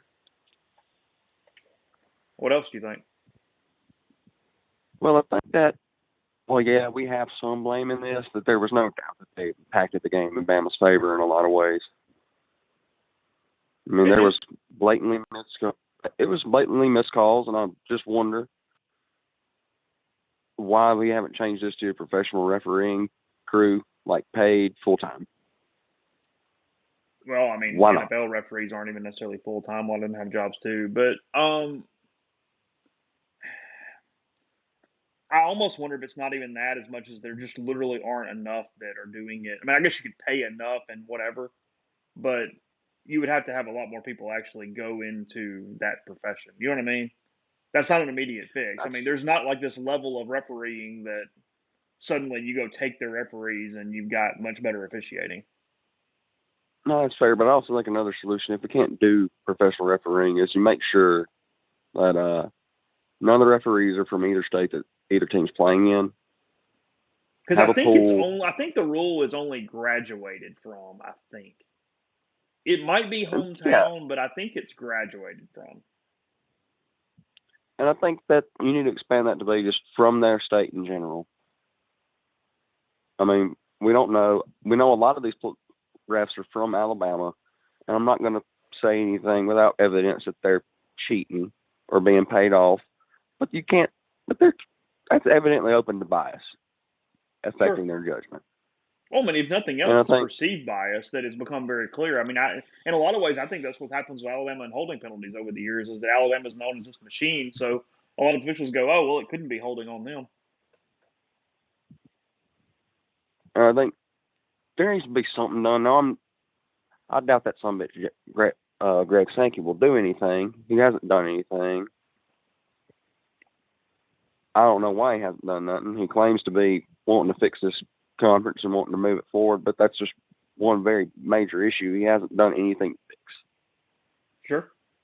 And he talks about wanting to make targeting a more called enforced, but when it happens to Zach Evans and it benefits Alabama, it's not called. Especially when it goes to review and you could have called it on review. That's what gets me. I'll even give more passes on things live, but when you already were going to review anyway, and it's still not called, that's where that just can't happen. And I think if there's a penalty called, like we saw in this game, where a flag is thrown, it can't just be one guy says no, didn't happen. Mm-hmm. We saw it happen. It should have been looked at. If there's a disagreement between the refs, I know it'll slow the game down, but it should be looked at further if there's disagreement. It shouldn't just be one person's call and a quick discussion. It should be looked at. It should be shown. There just needs to be something to show that the game's being called fairly. And it very well could be that the refs thought what they were doing was right, but it doesn't seem like it, and that's a problem. Yeah, I mean, look, perception is a problem as much as no matter what the reason is. I mean, if it's what's showing up and it's what it looks like to reasonable people, then you have a problem no matter what the actual cause is. 100%. I mean, I think the last few years in American society have proven that perception, despite whatever reality is way more important to what happens. Right. And what is believed. And I think that's just something we need to at least make it open. I mean, I think that's what our whole society was built off of, and I ain't saying that we need to, apply that to every aspect of life. But I definitely think if you want to take one thing from how this whole country was built, it's openness of authority. And I think that's just a good thing in general. We need to look at doing that with our officiating overall. There's a lot of things that we could apply that to, but I think that's one that definitely needs to happen, just so it at least looks or is hopefully legitimate and not biased. Yeah. Well, it's one of the dumb things from me. I've never understood it at all the levels where this is a rule, why coaches or anyone, you can't criticize officiating. Like, what makes them off limits if they screwed up? There should be a pool. There should be a pool reporter talking to an official after every game to explain calls. Why not? What is it about them that they get the golden parachute? I mean, they're human. Nobody's trying to execute them. Well, I mean, I was very drunk and angry, and they'd say I would kill those motherfuckers. Okay, well, that's another thing entirely. That was just a very drunk, angry man in the middle of a heated moment. But having calmed down a little bit, I just think the problem is that there's nothing that makes them accountable. There's nothing that keeps the system open. Well, no, like they're doing a bunch of different things to even grade them and check them differently this year. I remember when that went into effect, but there still is no actual public course to it at all. So, yeah, and I think that's the problem. Openness I just want openness, and I want the ability for stuff to be challenged like that. Yeah. Even post game, and I know it won't change it doesn't even have to change the outcome of the game. It doesn't have to invalidate a game, but it should just be out there. Yeah. Well, but anyway, those are just my thoughts. You have a good night. Hope everyone out there has a good night, no matter who you're rooting for. Take a game changer, basically with y'all, and I appreciate it. Thanks. Will do. Yeah, we need to. I've got the QR code up to go to our podcast page. I think we might need to talk to them and get the game changer patch QR code put up. I think that would be beneficial for some of our callers at times.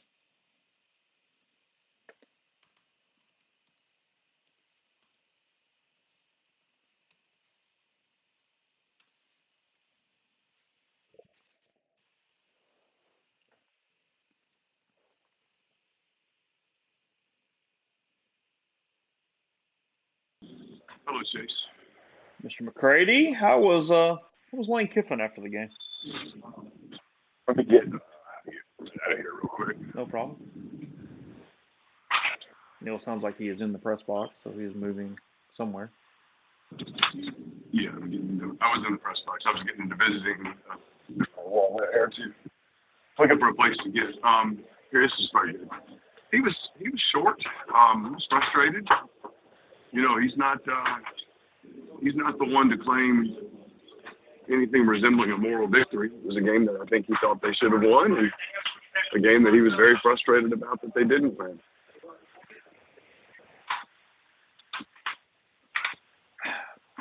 I know you don't have an answer to this. Was it concussion or other head injury for Zach Evans? Lane referred to it as a concussion. It's my understanding that he was basically knocked out on that play. It's the callers, the stream. I mean, considering how that game went, pretty reasonable. I mean, we're just kind of having conversations. It hasn't been overly whatever. But that was a strange game because, I mean, I sat through the first half with you. Ole Miss probably should have been up more points than they were, given the statistical advantage that they had. They hit a lull. Alabama found some momentum.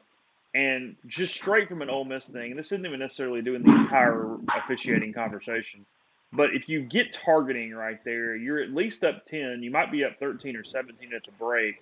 And from a one-play standpoint, it changed literally everything. Yeah, I can't argue that at all, no doubt. And I still haven't seen a replay. I'm told by people that have that it was definitely targeting. I haven't seen it. But yeah, that gets called targeting, and obviously it's not a fumble anymore. And it's a 15-yard penalty. I don't know who would have been ejected from the game, but even if you just leave it at 17-7 instead of 17-14, It's a different game going into the second half. I wrote about this a minute ago. On the other side, and the part that you do have to address is that yet again in the second half, Ole Miss kind of went anemic a little bit on offense. They didn't get the ball a lot because Alabama had 4 scoring drives in the second half. 3 were field goals, but they ate clock. They kept Ole Miss's offense off the field. Ole Miss basically had 1 third-quarter possession. It was a touchdown. Mm-hmm. And then in the fourth quarter, they had 3 possessions that came up empty, including the one down at the end that everyone will talk a lot about. But they don't talk about the 3 and out that resulted in a punt. And then they don't talk about the drive that went from the 23 to the Alabama 41, I think, before it stalled. And Ole Miss went forward on 4th and 6 or 4th and 8. And Dallas Turner stopped Jackson Dart for no gain to give Alabama the ball back. And they drove and got a field goal with 2, whatever it was, to go, and then set up Ole Miss's final drive. You got to talk about those 2 things too, because those 2 things have been kind of constant a little bit with this team. Is in the half, the defense has a hard time getting off the field, and in the second half, the offense has a hard time scoring.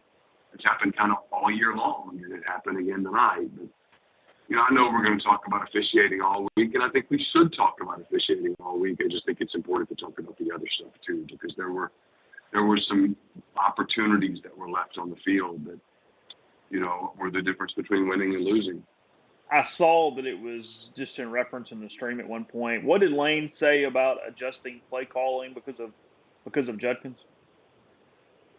Yeah, well, Quinshon was tired, obviously, and on that drive, he'd had a 34, 35-yard drive. He caught a pass for, I don't remember the exact numbers, Chase, 6, 7 yards. The other 15-yard run, I think he had a 3-yard catch.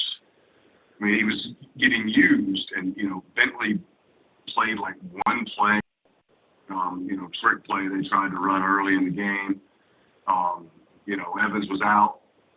They got a little thin. Quinshon's, they have really, really leaned on him, and I think he was spent on it late in the game, and they were just, they got it down to that spot, 1st and 10 at the 14, and they basically called a fade to Heath, and Heath felt outside and cut it inside, and he and Jackson Dart were saying, had they been, that probably would have been a touchdown right there. Instead, Jackson threw the fade, and later Malik said he should have just run the fade and tried to win a one-on-one matchup. Instead, he felt the corner, who he kind of dominated all night.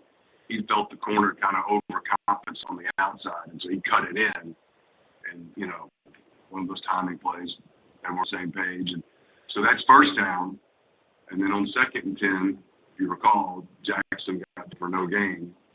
And so now you're in the 3rd and 10. It's a problem. And Young sacked him for, I think, a 6-yard loss or a 5-yard loss on 3rd and 10. And then there just aren't a hell of a lot of plays, 4th and 15 from your own 20. Yeah, at that point, you just got to. Yeah, I mean, at that point, you're just trying to make a play somehow. It's not scripted. So it's easy to question the play calling, right? Why don't you give it to Judkins on 1st down? Well, because they were trying to give him a blow, and they thought they had a play they could go hit. They thought they had a touchdown, and they might have. Didn't work. And they might have, but it didn't work. And then now you're 2nd and 10, and if there's one play that you can go, hey, that's a play you should have found a way to get him the ball. Okay. But he'd come off the field, and so they were trying to run their tempo and all that stuff. It just, the rest. I mean, Judkins made 2 or 3 great plays on that drive to get them in position to win the game. And like Lane said, the difference between winning and losing sometimes is just making a play, and they didn't. It was evident early, I think, and I gave you credit for it. We were sitting in the press box. You mentioned that it looks like Lane calls these games different than anybody else at Ole Miss plays. I mean, he obviously wants the Alabama game. That's no secret. He wants to beat Saban more than he does any other coach that he faces. It felt like it was very obvious in the first half that play calling was weird. They were pressing at a time when they were just kind of the better team, or at least the more energetic team, or on equal footing where you didn't need all that crap. I did think it finally settled in after that, but it felt like multiple times he got them out of rhythm himself or Weiss or whoever's calling plays just because of some of the things they did gimmicky that weren't necessary. They were a better team when they just ran their offense. I agree completely. I didn't understand the need for running some of the tricks and stuff. I mean, you didn't need it. You were moving the football.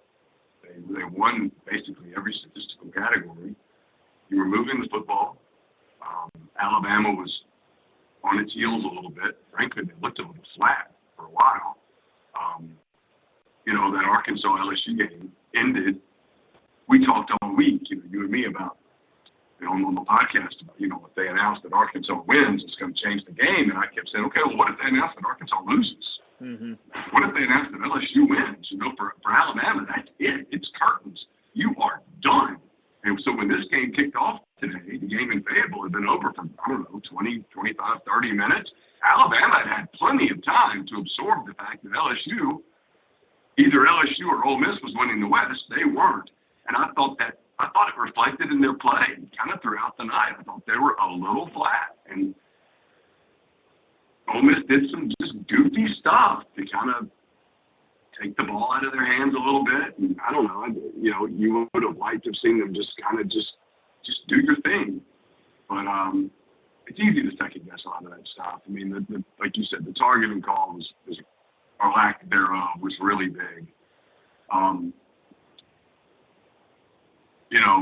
There were other plays throughout. I mean, there's the holding call on Jordan Watkins is mind-boggling. He got out physical and got called for holding. If anything, he was getting bulldozed and he just sort of grabbed to protect himself. And that was not a play. It was not a block, obviously, that sprung and darts for you on the 11-yard run. And that's insanity. Look, I mean, it's that. I mean, that's my point. I was talking to Jeffrey about this. Ole Miss called 2 officiating breaks in the game. They called a break on the 3rd down that would have been a 4th down, but they got the 1st down on the spot early in the game, and I don't think it even led to points. It did nothing for Ole Miss. And then the fact that technically Alabama didn't score the touchdown on the fumble after what should have been a targeting, they had to run out the rest of the series, and they scored with 8 seconds left. Although, frankly, the break might have been the other way because you had the ball with time to go down and maybe try to do something before the half. Hell, I don't know. But you get Watkins on that play, you get the Evans thing, and then I think it's the second to last series of the game, Moscona of all people even picked this out, is Dallas Turner shoves Jackson Dart's head into the ground to get up after the play is over. It would have been 1st down Ole Miss inside the 30, and instead it's change of possession after Ole Miss didn't get it on 4th down. I mean, holy cow. I saw that replay. Yeah, no, I mean, look.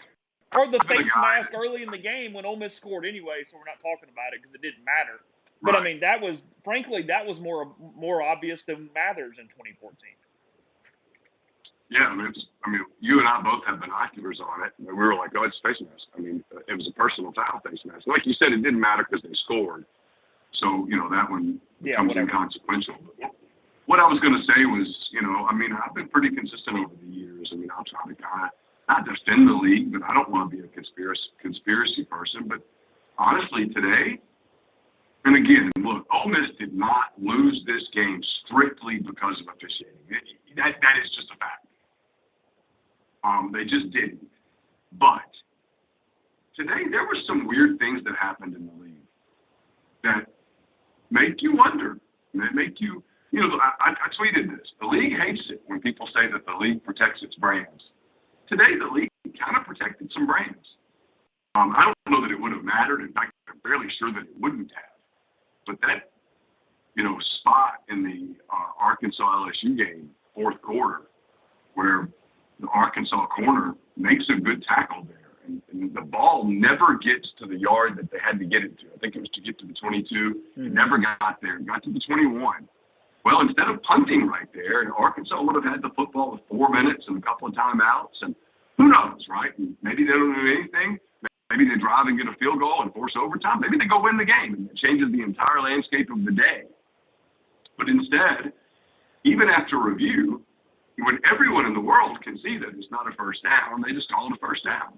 And LSU wins the game. And again, I think LSU was going to win the game anyway because Arkansas could not block Perkins. And without KJ Jefferson out there, they were pretty anemic. But regardless, it looks weird. Like Pittman just lost his mind. And I didn't blame him. We were sitting in the press box watching at the time. Like, how do you justify that? He asked that question. Lane asked that question on the field several times tonight, asking an official, why are you missing this over and over, the pass interference that didn't get called? He was very upset about that early in the game. Look, I can't sit here and tell you that there is a conspiracy, and I would prefer to believe that there's not, because if there is one, this shit's not very fun to cover and watch anymore.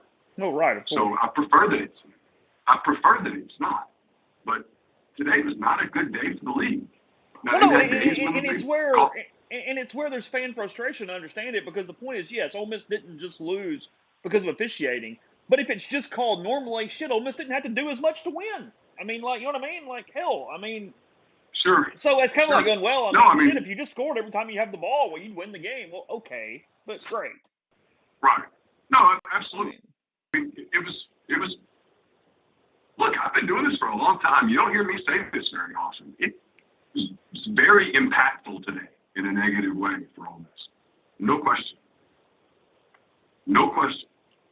And when you see it happen, like just kind of hours after what happened in Fayetteville, you can't help but wonder. It's kind of like, hey, we can't have Alabama here. Let's make sure we have one of the big brands. Look, keep this in context, people, because I know you're drinking and frustrated right now. The good news to this, or at least what would be even worse, is had Arkansas won a football game. Had Ole Miss been able to win out and go, and then that same shit happened the same way, it would be a completely different story we're having right now. Well, yeah, if Arkansas won the game in Fayetteville today, we'd be having a different conversation right now about all that was lost. But, as it was, Lane Kiffin talked a lot about what was lost. He didn't dive into it, but 2-year home streak. This was an incredible atmosphere today. I mean, today, frankly, was not as good as this place can be. And I don't mean that in a condescending way. I mean, it was special. It was full. It was loud. It was rowdy. It was perfect. The weather was great. It was full early. I mean, it was full with like 25 to kick. Yeah, I mean, on a cold day, it would have been kind of easy to go, hey, I'm going to stay home and, put a blanket on and pour a bourbon into a glass and watch this on TV. People showed up and they were loud and I thought the crowd was impactful. And, it was a big opportunity for them. And now, you got 2 games in the next 11 days that don't have the same attachment to it. And it's going to be difficult because I think they went into this week feeling like they were going to beat Alabama. I think they viewed it as an opportunity to sort of put a nail into the dynasty and to kind of make a step up as a program and to stay alive. And obviously, at some point, whether it was from Arkansas or Texas A&M, they were going to have some help. And I think they wanted to certainly extend it and be able to start making that argument for why they might belong in the playoff. And now all that stuff is gone. And so, bouncing back from that's going to be quite a task, I suspect.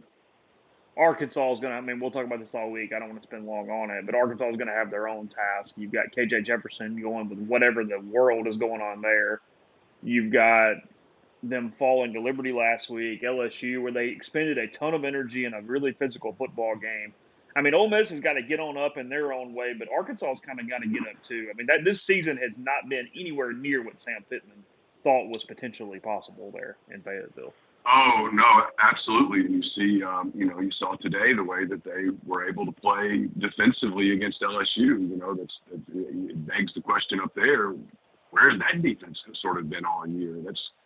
3 halves in a row where they played really good defense. They shut out Liberty in the second half, and then they had a very respectable effort defensively today against LSU. Frankly, if their offense does anything, they win the game because the defense gave them plenty of opportunities in the first half to build a double-digit lead, and in those conditions up there, LSU was not going to be. LSU was going to have a hard time coming back if they'd gotten down 10 points. But no, to your point, you're exactly right. We'll talk about it all week, I guess. But I think Jefferson will be back next week. I think that was part of the decision, was to get a week off to let him be healthy for the stretch run. And obviously the Ole Miss game is a big one for him, being from Sardis and wanting to go to Ole Miss coming out of high school and stuff like that. But maybe they feel like they figured something out defensively.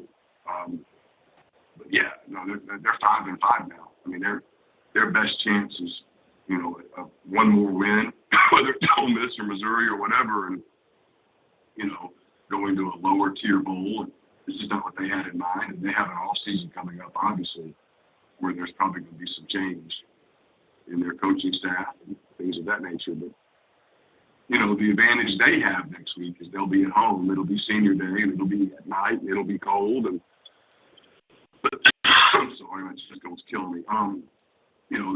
They'll have that going for them. Ole Miss will have to generate its own energy on the road in a game that doesn't have the meaning that Ole Miss hoped it would have. We're going to do some jokes all week. We'll make fun of Kentucky, congratulate Clark Lee on getting his win for Vanderbilt. We watched the end of it there in the press box. But beyond that, quickly, what's happened to Kentucky? I mean, they've been a pretty consistent program. They've fallen completely off the table since they left Oxford, down to losing to Vanderbilt today with a Levis who played fairly well. They just lost. So you've got Levis and Rodriguez, and you still lose to the Commodores in a game where you were pretty listless. Does this change potentially what we see about Kentucky or Mark Stoops, or even what Stoops could be thinking moving forward? Yeah, I mean, so people love to. It's going to be, people are irritated right now. I'm about to really piss them off. People love to take shots at the media about this Will Levis thing. I'm not going to say the name, but I mentioned his name to you earlier today, so you probably will immediately remember and know who I'm referring to. Okay? Yeah, sure. A long time NFL person I spoke to today, who was at the game, was talking about. We were actually talking about the situation in Auburn and Mark Stoops and his potential candidacy at Auburn. And he was talking about how it's probably time for Stoops to get out because he's got, in his words, potentially the number 1 pick in the draft at quarterback. And I looked at him like, still? And he goes, oh, yeah. I mean, NFL loves him. And this is a team, their franchise is not drafting quarterback first round, so he's not dialed in to Levis. You know who I'm talking about, right? Yeah. Yeah. And, this is, if I said his name, people would be like, oh, shit, it's a respected name in NFL circles. And he was talking about that with Levis. But to his point was, it's just hard. Kentucky's a hard job. The passion's not there for football the way that it is for basketball compared to the rest of the league. And his point was Georgia's going to be dominant, and Tennessee's about to make a move to get back closer to their, preferred status in the division. It just gets harder and harder and harder. And this was before they lost to Vanderbilt today. So, I mean, the loss to Vanderbilt today will absolutely mean a shakeup there. Not at the top. Stoops isn't getting fired. But it'll mean coaching staff changes at a minimum.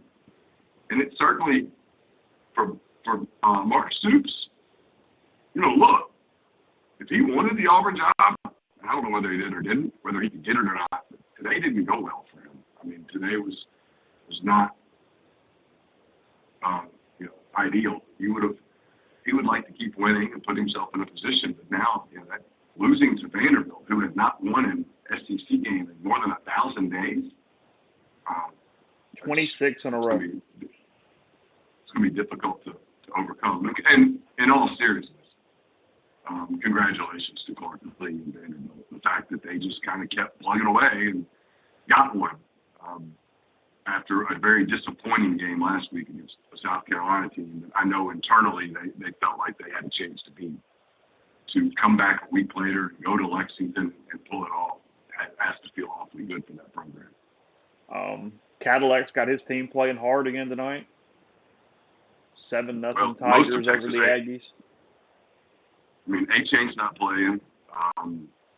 Several A&M players have quotes in quote. That deal's off the rails. I mean, they're going 4-8, and we're giving them the fourth. I assume they beat UMass. They might not. I mean, I'll give them that one, but come on. So I mean, yeah. That's about as far as I'll go. They're not beating LSU. Yeah. That deal's a disaster. I'm gonna tell you now, that deal is so disastrous that I can't help but wonder here in the next 2 weeks if some people go, all right, well, how hard would it be to put together $85 million? Well, at some point, you at least have the conversation. If tonight goes badly for them at Auburn, look, they're 4. If they go 4-8, 1-7, and the one that they got was by the width of a top of a football. I mean, you realize how close they go to going winless in the SEC with that recruiting budget? Mm-hmm. I know. Well, not to mention the dysfunction inside your program because of the kids that you recruited, and that's what they roll out there. Guys who've never lost and have been the best players in the country. Well, suddenly just grumbled and portal and all that crap. Yeah, you're putting that product on the field, and in a league that just continues to get harder. Yeah, so we'll see. Know your voice is gone. Take care of it. We have another week of podcast starting in under 48 hours, well under 48 hours, 36 hours, something like that. At this point for a full slate, but appreciate it. What do you have up at the site before I let you go? I've got a story with notes, and then I also wrote a column. Pretty interesting. A few quotes from Lane Kiffin where he talks about this being a game they'll remember for the rest of their lives for the opportunity that was lost. And one of the younger reporters at the end kept pressing, that's something people do. And I'm not thinking. They press positives, and you had success running the football. Can you talk about that? And Lane, I think the exact words were, "Look, I don't give a shit about how many yards we had. It's about winning. We didn't win. We didn't finish. We didn't win. Not here for moral victories. I've said that. Not here to cover the spread. We came here tonight to beat Alabama, and we didn't. That was it. I mean, if you want a glimpse into their program, that's it. That's who he is. I mean, there's two results at the end of the day. There's a win and a loss. He said, he went 0-1 today. I mean, he was asked about program stuff, and he was like, you don't revamp the program because you lost this game. I mean, you got to make one more play, make another play, and it's kind of his mindset. And look, these next couple of weeks are probably going to be pretty nerve-wracking for Ole Miss people because everything points towards him being, at the very minimum, the fan favorite over there. And I think Ole Miss is being proactive about keeping him and retaining him and putting together a package that makes him attractive. I think people around him want to stay here. I think that deep down, that's not a job that he wants.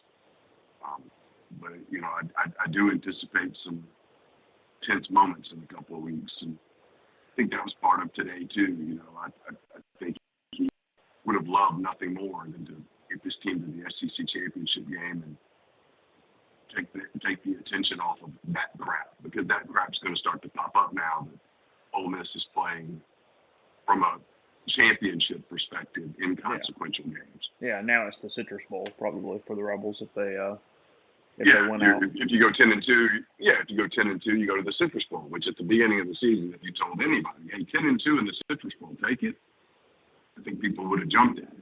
Mm-hmm. But, the fact that the program's getting to a place where people wouldn't jump at it, I think tells you a whole lot about just how good of a job he's done. Yeah. No, they were a good football team today. They just didn't win a game. It wasn't about blowouts. It wasn't about anything else. They caught some really bad breaks, and they didn't win a football game against a really talented program and team, and against a quarterback that I told Jeffrey, by God, without him, and they're at least 6-4 right now. So. He is one of the best college football players I've ever seen. He is special. He makes plays. He made 4 plays today that I thought were game changers for them, that without those plays, they have no chance. Yeah. And if you take him off the field and put an average quarterback on the field, they're a 5-loss team. Yeah, I think you're right. So anyway, all right, we'll talk Monday. Appreciate it. Okay, see you soon.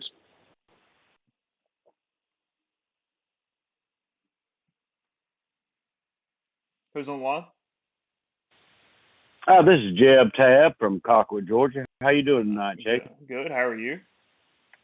I'm pretty good. I'm watching the Bulldogs versus the Bulldogs, and Mr. McCockiner just scored a touchdown, and man, it's looking rough. What y'all got going on over there? Yeah, 24-12, Georgia over Mississippi State at the moment. Georgia's got it back. Something about wide receivers. We catch a lot of things, either STDs or. I think we're going to go ahead and cut that one off.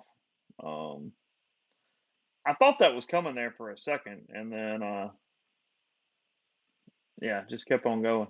Okay. Appreciate Neil for his time there on that one. Getting the phone line up. Nobody's calling in. I'll call Brian, check in with him in a second. He was at the game from stadium kind of stuff. But I'll leave the number up for a minute if you want to take a few more calls instead before I do that.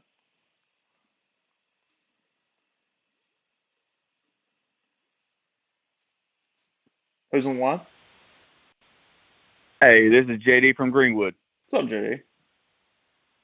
Hey, so you guys, we talked about referees a little bit during the show, and that is what it is. But just to kind of put a point on it, there was a point in the game where Jackson Dart dropped back to throw a pass, in which case a defensive, end or tackle, literally turned his head around where he is looking at the other end zone and then finished the play with his helmet in his hand and no flag left the pocket, which, I agree we scored on that route, but that still kind of makes you go, wow. No, that one, because there was not even like a mass of bodies. What I found so weird about that was it was open from all sides where everybody could kind of see it. It wasn't even hidden whatsoever. And it wasn't called. Yeah, right. You did kind of, Neil and I literally, as he said, we both had binoculars on it, and we just kind of looked at each other like, hold on a minute, there's no flag? What the hell? Right. Like, well, and then given, of course, you make a bunch of other plays, that doesn't matter. I agree, but you're playing Alabama, man. Every play matters, and that was weird, you know what I mean? It didn't matter per se that drive, but it was an indicator of what was to come later, because there was several just non-calls, which is much more frustrating, because then you can't point at it, because you can't say, hey, they made this bad call. No, a non-call is just non-existent, which is, just extra frustrating to me, I guess.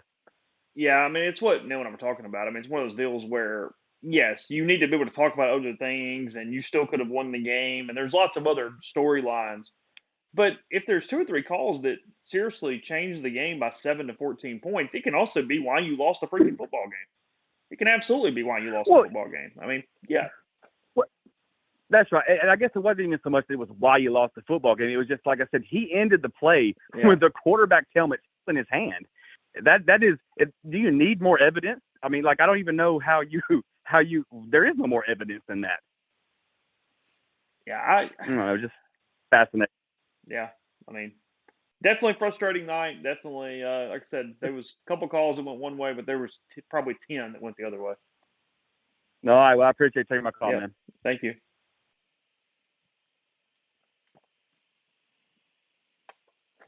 Yeah, I was pretty quick on the draw there with ending that call. I was pretty proud of myself. I Did a decent job with that.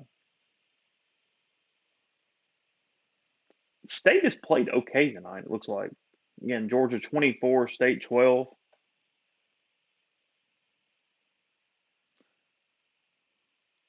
Yeah, it's just a weird conversation to have to kind of put a percentage on. Did you do enough to win? Did you not? I mean, all that kind of stuff. It's.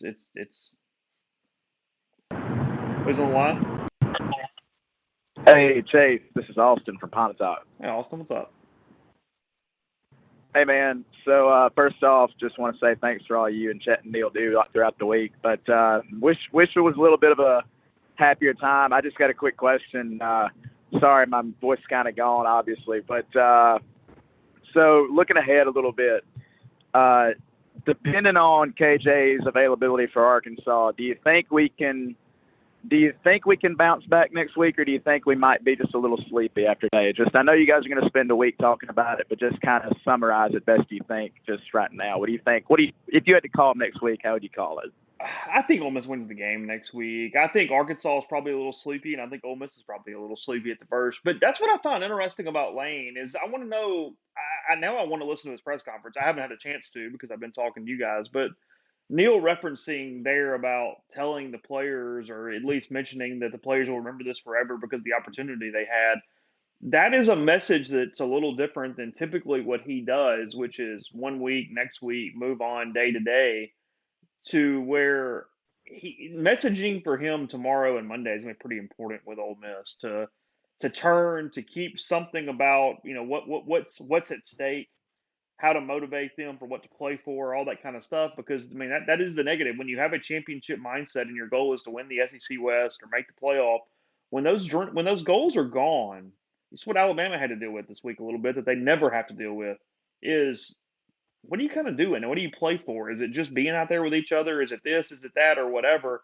Ole Miss has got to kind of figure that out. Arkansas has been out of that so long that they're sort of just playing for senior night, and KJ playing a team from right next to where he's from. You know what I mean? Like they've got some of those built-in things in it. Whereas Ole Miss, it's a complete. It shows you how far the culture has come because Ole Miss's culture is winning a lot of football games and playing for titles and being in the race until the end of the season.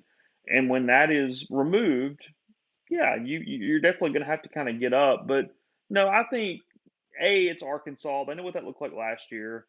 And there's still a lot of goals. I mean, there is a hell of a difference in 10-2 and 9-3 to 8-4. So it might take them a day or two, but my hunch is that Lane was more annoyed from a media perspective versus kind of what he told the team. I think if Lane has treated it the way he said he has treated it, they will be able to put it in the rearview mirror better than some teams will after that Alabama game. Well, I appreciate that. I will admit, I know we're all a little bummed out today, but I really do think we played a pretty good football game. We definitely missed out on some opportunities, and I think we got a few things to learn this week because you definitely don't want this game to beat you twice. So, yeah. Hey, I appreciate you taking my call, man. You have a good rest of your show, and sorry about your green wave there, man. Oh yeah, they took it on to UCF today. That. Appreciate it. Thanks. Man, have a good. Yeah, Plumlee had a big day. The Golden Knights got Tulane today. I saw Tulane made a comeback. It was like 37-31, something like that. UCF on the final on that one.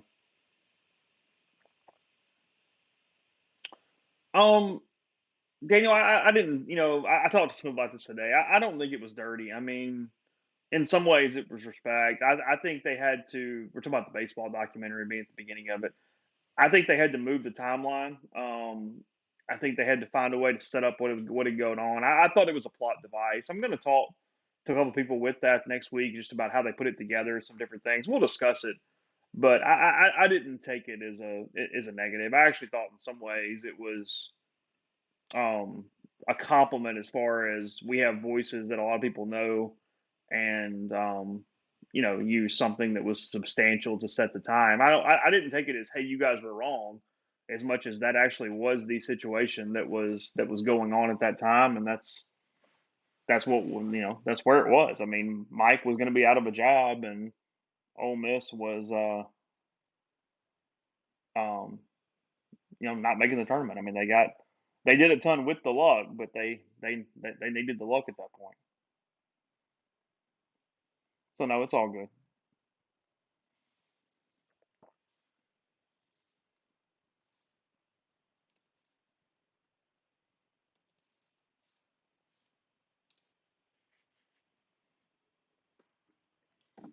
Is State getting screwed from officials?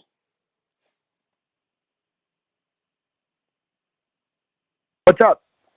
You were at the game today. Neil talked about it a little bit. I was there for a half, and you were gone for a while, so you haven't necessarily watched this year over year over year every game. What was the environment like today, and was it as good as maybe you've seen in a long time? Yeah, I thought the crowd was great today. The stadium seemed full from my vantage point, and it seemed like a crowd that was kind of waiting for a reason to erupt. And you kind of got close, I would say, at that point when Ole Miss got up 17-7, and then it felt like the rest of the game you were kind of sitting on your hands and knees, kind of thinking about like, are they actually going to pull this off? And there was never really that seminal moment after that. But from like a crowd and an environment standpoint, I thought. There at the end, how did the crowd sort of just take, last drive, one of the ends? I mean, just sort of deflated, I would assume, because like you said, it seemed like it was ready to absolutely bowl over had a ball been caught in the end zone at some point there in the last minute.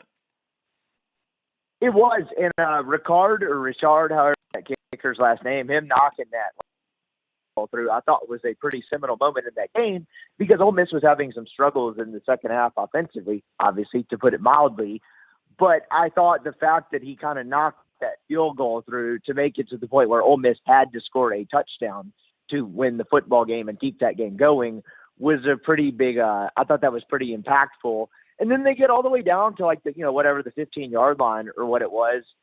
And honestly, I thought after that first down where they wasted that first down and threw it away on the, man-to-man coverage go route to whoever that was out there. I think it was Heath, but I can't remember off the top of my head.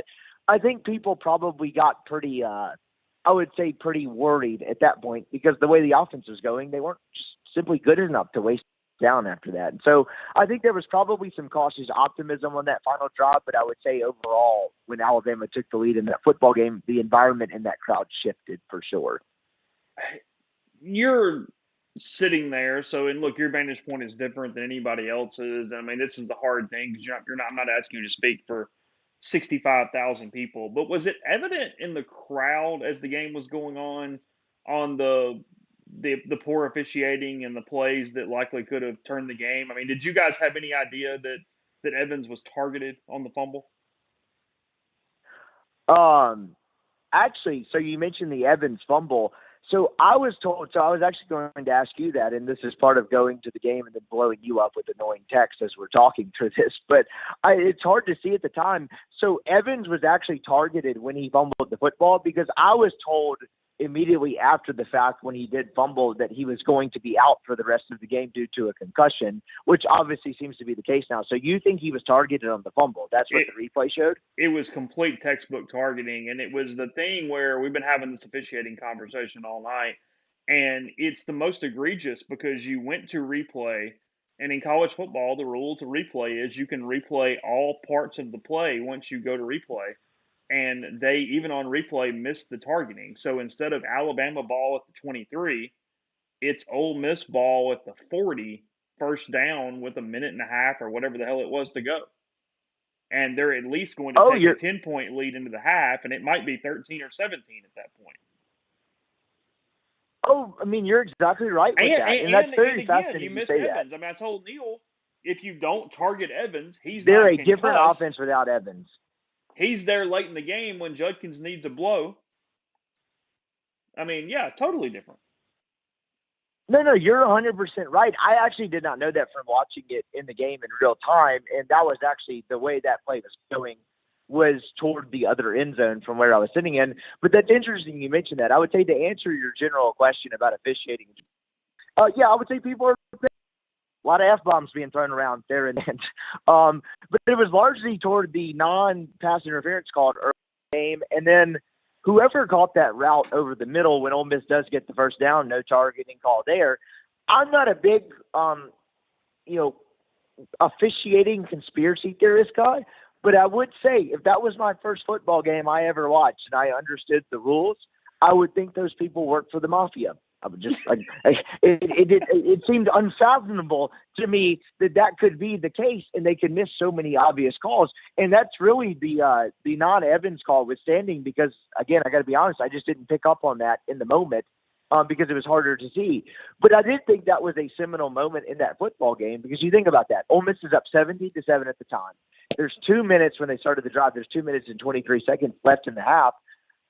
That's where I thought the game could get a little bit squirrely, because when you're playing a good team like Alabama, you have to pretty much ensure in that moment that you're going to be up 10 points, or, hey, you bust a big one, or you have a good drive and you go up 17. But the fact that the way that turned out the way it did, and they played that great half of football, and they were only up 17-14, that was when I began to think this might not turn out well for them, if that makes any sense. They were up by 10 points to keep the ball, to get to the half up 10, and because of the targeting missed call and the 2-for-1 because of Alabama getting the ball, they were tied the next time they touched it. That is correct. And without their control, so Alabama scores the touchdown, and then they get the football after half. That's what I was I was talking to my dad in the box we were sitting in, and I was like, hey, they could be down. Like, they played this great half of football. They could be losing this football game without ever ball again. And I thought that's why that was such a kind of pivotal moment in that game. And then you saw the other effects of it. I mean, I think there's proof in the pudding now. When they don't have Evans, they're not the same offense. And as great as Judkins is, and I know Kiffin, I saw, had a quote in the post game about a lot of the play calling was centered around the fact that Judkins was tired. As great as he is, they need Zach Evans. That's a 5-star running back. That's a kid who, when he came out of high school, was one of those people. And I know you talk to the same type of people in the industry where it's like, that's the best running back I've ever seen. Like, people said stuff you don't normally say about normal running backs. And he adds a different element, right? He allows them to stretch the edge more and run in space and go out and stretch defenses out. And I just think the proof is in the pudding now. As great as Judkins is, when they don't have Evans on the field, they're in an entirely different offense. And I think that really affected them in the second half. Well, if you don't want a true freshman to play, I mean, hell, I'll look at the plays later. It's not up yet. But, we're talking, 70 plays for a running back, something like that? I mean, Bentley can come in for a second, but, I mean, he's got no snaps of any real significance this season after the injury, and then right now when he's technically active, but he's just not doing much. And then with Evans out too, I mean, that's the thing moving forward. They play a game in 7 days where if this concussion is something that lingers on Zach Evans, what the hell does it look like around Judkins? Who else carries the ball? Who gives him a rest? Who plays? I mein, they're already short where they're essentially not playing tight ends. I mean, I know Casey Kelly played a little bit, but not much. They're starting to have depth issues just simply because of a couple spots here and there. I mean, it's still the one of the weaknesses of the team as far as just trying to put that all together. But I mean, I don't know. I agree with you. I think that it's a different game there at the end if Evans is not is still active, if he's still in at that point. Yeah, just 3 or 4 things that completely turned the game in one direction or the other for Ole Miss. So did you hear rumblings this week that Trigg was going to play? Or is that just me? No, I didn't. I got texted a couple of things about that throughout the week, and he did not, right? I mean, from my knowledge, it didn't seem like he played at all. He was dressed, but I don't recall ever actually seeing him in the game. Well, that might be the longest collarbone issue in history, but that's a story for another day. But my point being is, like, to your point, it's exactly right. They're running into depth issues. Like, who do you play? Who do you go to? I mean, they're running kind of as an H-back sometimes. They even lined up Jalen Robinson in kind of that H-back position a couple of times, just trying to get anything done offensively. And look, as bad as the officiating might have been, and it probably was, I thought the story of this game was the fact that, and Evans may have contributed to this, and the fact they didn't have a running game contributed to this, it seemed to me in live action, particularly in the second half, that every time Ole Miss needed to drop back to throw the football in an obvious passing down, that became a huge problem for them. Will Anderson, Dallas Turner, that Alabama offensive line that had kind of seemingly to a degree underwhelmed to that point this year, really kind of shined through what had been a shaky Ole Miss offensive line. And so, a part of me thinks that that was part of what made the 30-24 field goal so impactful in that game. Was like, damn, they got to get into the end zone just to even have a chance to do this thing. That's what I thought kind of shone through in the second half, was the fact that every time they had to drop back in an obvious passing down, it was a huge issue. Yeah. And then, Judkins gets loose twice, once in the passing game, once in the run game, and I went, well, hell, they might actually do this. I mean, they got down there and then they waste the down on first down, and I don't know about you, but by the time they got to 2nd and 10, I was like, I don't know about this. Like it didn't seem. I did not seem confident they were going to score the football after that first down, even after the big Judkins. I guess that was a run, and then him getting hit in the backfield on a short pass play. Like, were you confident they were going to score after that? Because I wasn't. I'm sitting there thinking, my God, how in the world are they going to get these last 15 yards? Well, I mean, we had a decent thing. Neil was talking about it on the podcast a minute ago that they got crossed up on that first play. Lane thought they had a touchdown, but they misread which way the secondary was leaning, and it caused Heath to run a different route than Dart was throwing. That they actually had the play. Oh, that's interesting. So Kiffin thought they had a touchdown called. Yes. Yeah. Uh-huh. Yeah, if Dart throws it back to the inside, it's probably a touchdown. And he throws it outside and it goes incomplete. And at that point, obviously, you're sitting there thinking, oh, man, this is tough. They got 3 plays to get 10 yards, and this has been a tough 10 yards to get. I'll throw one at you. What does this actually mean? Because I sat there and I sat there with my parents, and they had a TV in the little end zone thing. And then LSU wins that game, where Arkansas Harold Perkins is just single-handedly winning the West for LSU. But what do you think this game actually means? You know what I mean? Like in a certain point, and this is probably a conversation for a different day about the college football playoff and 4 teams, but it was a world where Ole Miss wins this game and it actually doesn't mean a ton. Like, what do you think this loss and the impact of it actually kind of means for them? Well, I mean, look, tangibly, Ole Miss was probably not getting into the playoff at 11-1. A&M's probably not beating LSU, but no, staying relevant in a championship conversation matters. Ole Miss trying to win 11 regular season games for the first time in school history matters. I thought there was lots of things to try to get 3 more and to run the table and to elevate the program where, I mean, the day that Ole Miss, in a world where you go 11-1, and I get they lost and this is irrelevant, but to answer your question, in a world where you go 11-1, you're watching the freaking selection show and seeing if you're getting the 4 seed. I mean, you're 100%. You're in it. You're right there in all the rankings. You're in everything. You're going 11-1 and then sitting down and praying to God that Jimbo Fisher and his island of misfit 5-star toys pulls off a game against LSU. I mean, there's a lots of stuff there in that situation, and also it gives you more motivation for next week and the week after. It builds on itself instead of having to create your own energy, as Neil said, and go to Fayetteville where it's cold and crappy and you're playing a team that's lost to Liberty at home. You're going in going, hey, guys, just keep winning. Just keep winning. Just keep winning. Give it a chance. You know what I mean? And instead, it's an adjustment now. Yeah, I mean, now you're trying to win to get to 9, trying to win to get to 10. I mean, look, there's still stuff there. I mean, the Capital One Bowl, outside shot at an Access Bowl. I mean, there's stuff. But, no, it's a different level than that. Mississippi State scores again, now 31-18. Georgia over Mississippi State, 5:17 to go in the third quarter in that one. They're kicking the extra point now, so it'll be a 12-point game in Starkville here in a second for that one. So, anyway. Yep. No, I was just going to ask you. That's why I asked that question. I wasn't trying to insinuate this game is meaningless, but it is kind of fascinating now. How do you motivate them for these final 2 games? What is the motivation to go to 10-2? I mean, I get these guys love to play football and they're going to do it every week, but it did seem like every single tangible ramification of this season, and then being a 1-loss team at 8-1. Entering the month of November, I mean, for the lack of a better phrase, that did go by the wayside today. What do you think? Who do you think shows up? He has the exact problem that he has been guarding against, which is don't let Alabama beat you twice. Don't make it too big. Because, look, Lane says all the right things, but he coaches where it's a bigger game. He mentions, he again, you haven't heard this. Lane either told the media the players are going to remember this, or he told the players they're going to remember this for the rest of their lives because of the opportunity that was there. Well, that's not the way to kind of move on in the next 48 hours to get to Arkansas, So, no, look, it's two teams that are both scuffling for motivation and what they're playing for.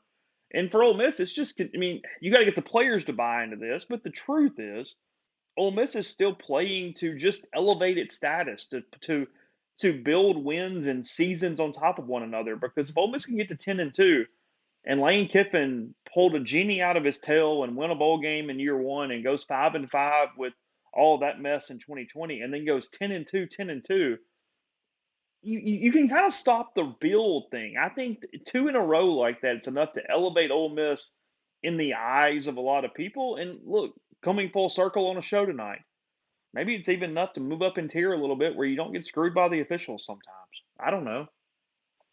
You're just supposed to win football games. There's a point where when you win enough, it's not cute, it's not this, it's not anything else. You're just an SEC football team that wins a lot of freaking football games. And I think that's what Ole Miss is playing for. I think there's a huge difference in 8-4 to 10-2 and just sort of setting your spot on the national landscape moving forward. And the fact that I think they will probably have a pretty good football team in 2023. And I do believe from everything I've heard that Lane Kiffin believes that too.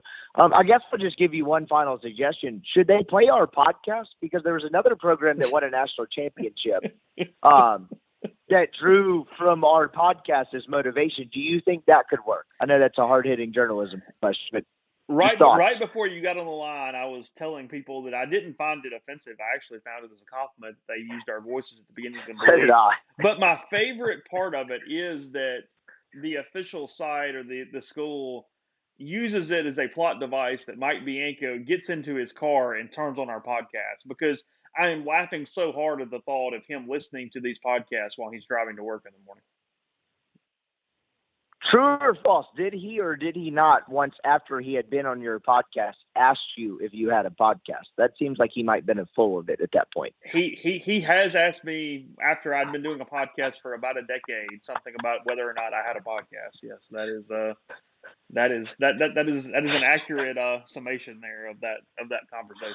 But yeah, I can just tell my mom I made a movie now, though. I'm a movie star. I starred in a film that debuted fall in 2022. Doesn't that sound awesome? You were in the first 3 minutes. I mean, right there at the beginning, it was ready to go. I mean, I said this the other day. It was kind of funny in the theater because I watched it at the premiere when they had people at Malco to watch it before it came out the next night. And as soon as our voices started, I felt like half the theater turned around and looked at me, and I just kind of like threw my hands up, like, "What? I wasn't wrong. I mean, okay, sure, whatever." So it was. I mean, look, this Ruffle Grove thing has been awesome, but you guys are going to have to speak to my agent to see if this continues.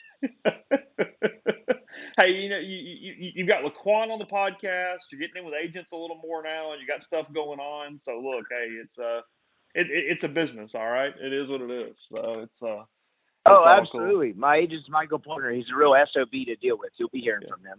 Yeah, enjoyed it, bud. Appreciate it. Let's talk again. Absolutely, dude. Right. Later.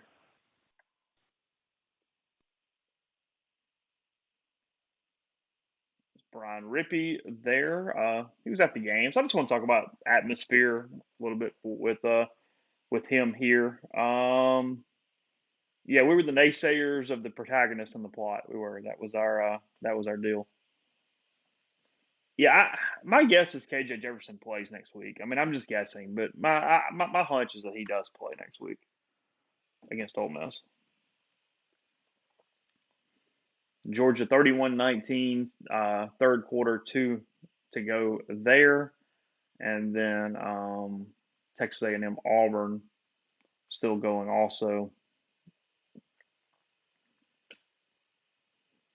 Numbers up. Any last call before we wrap this thing up? Auburn still up 7-0, 10:52 to go, third quarter in that one. Cadillac has been full of energy all night long when I've had that up and watching some of that. Auburn trying to get the ball back now in that one. Yeah, Georgia traveled quite well to Starkville for this one. But I mean, you see that in road games when it's that alternate opponent or the alternating opponent. because it's every 12 years. I mean, Georgia was here in 16. They're not scheduled to be back until 28.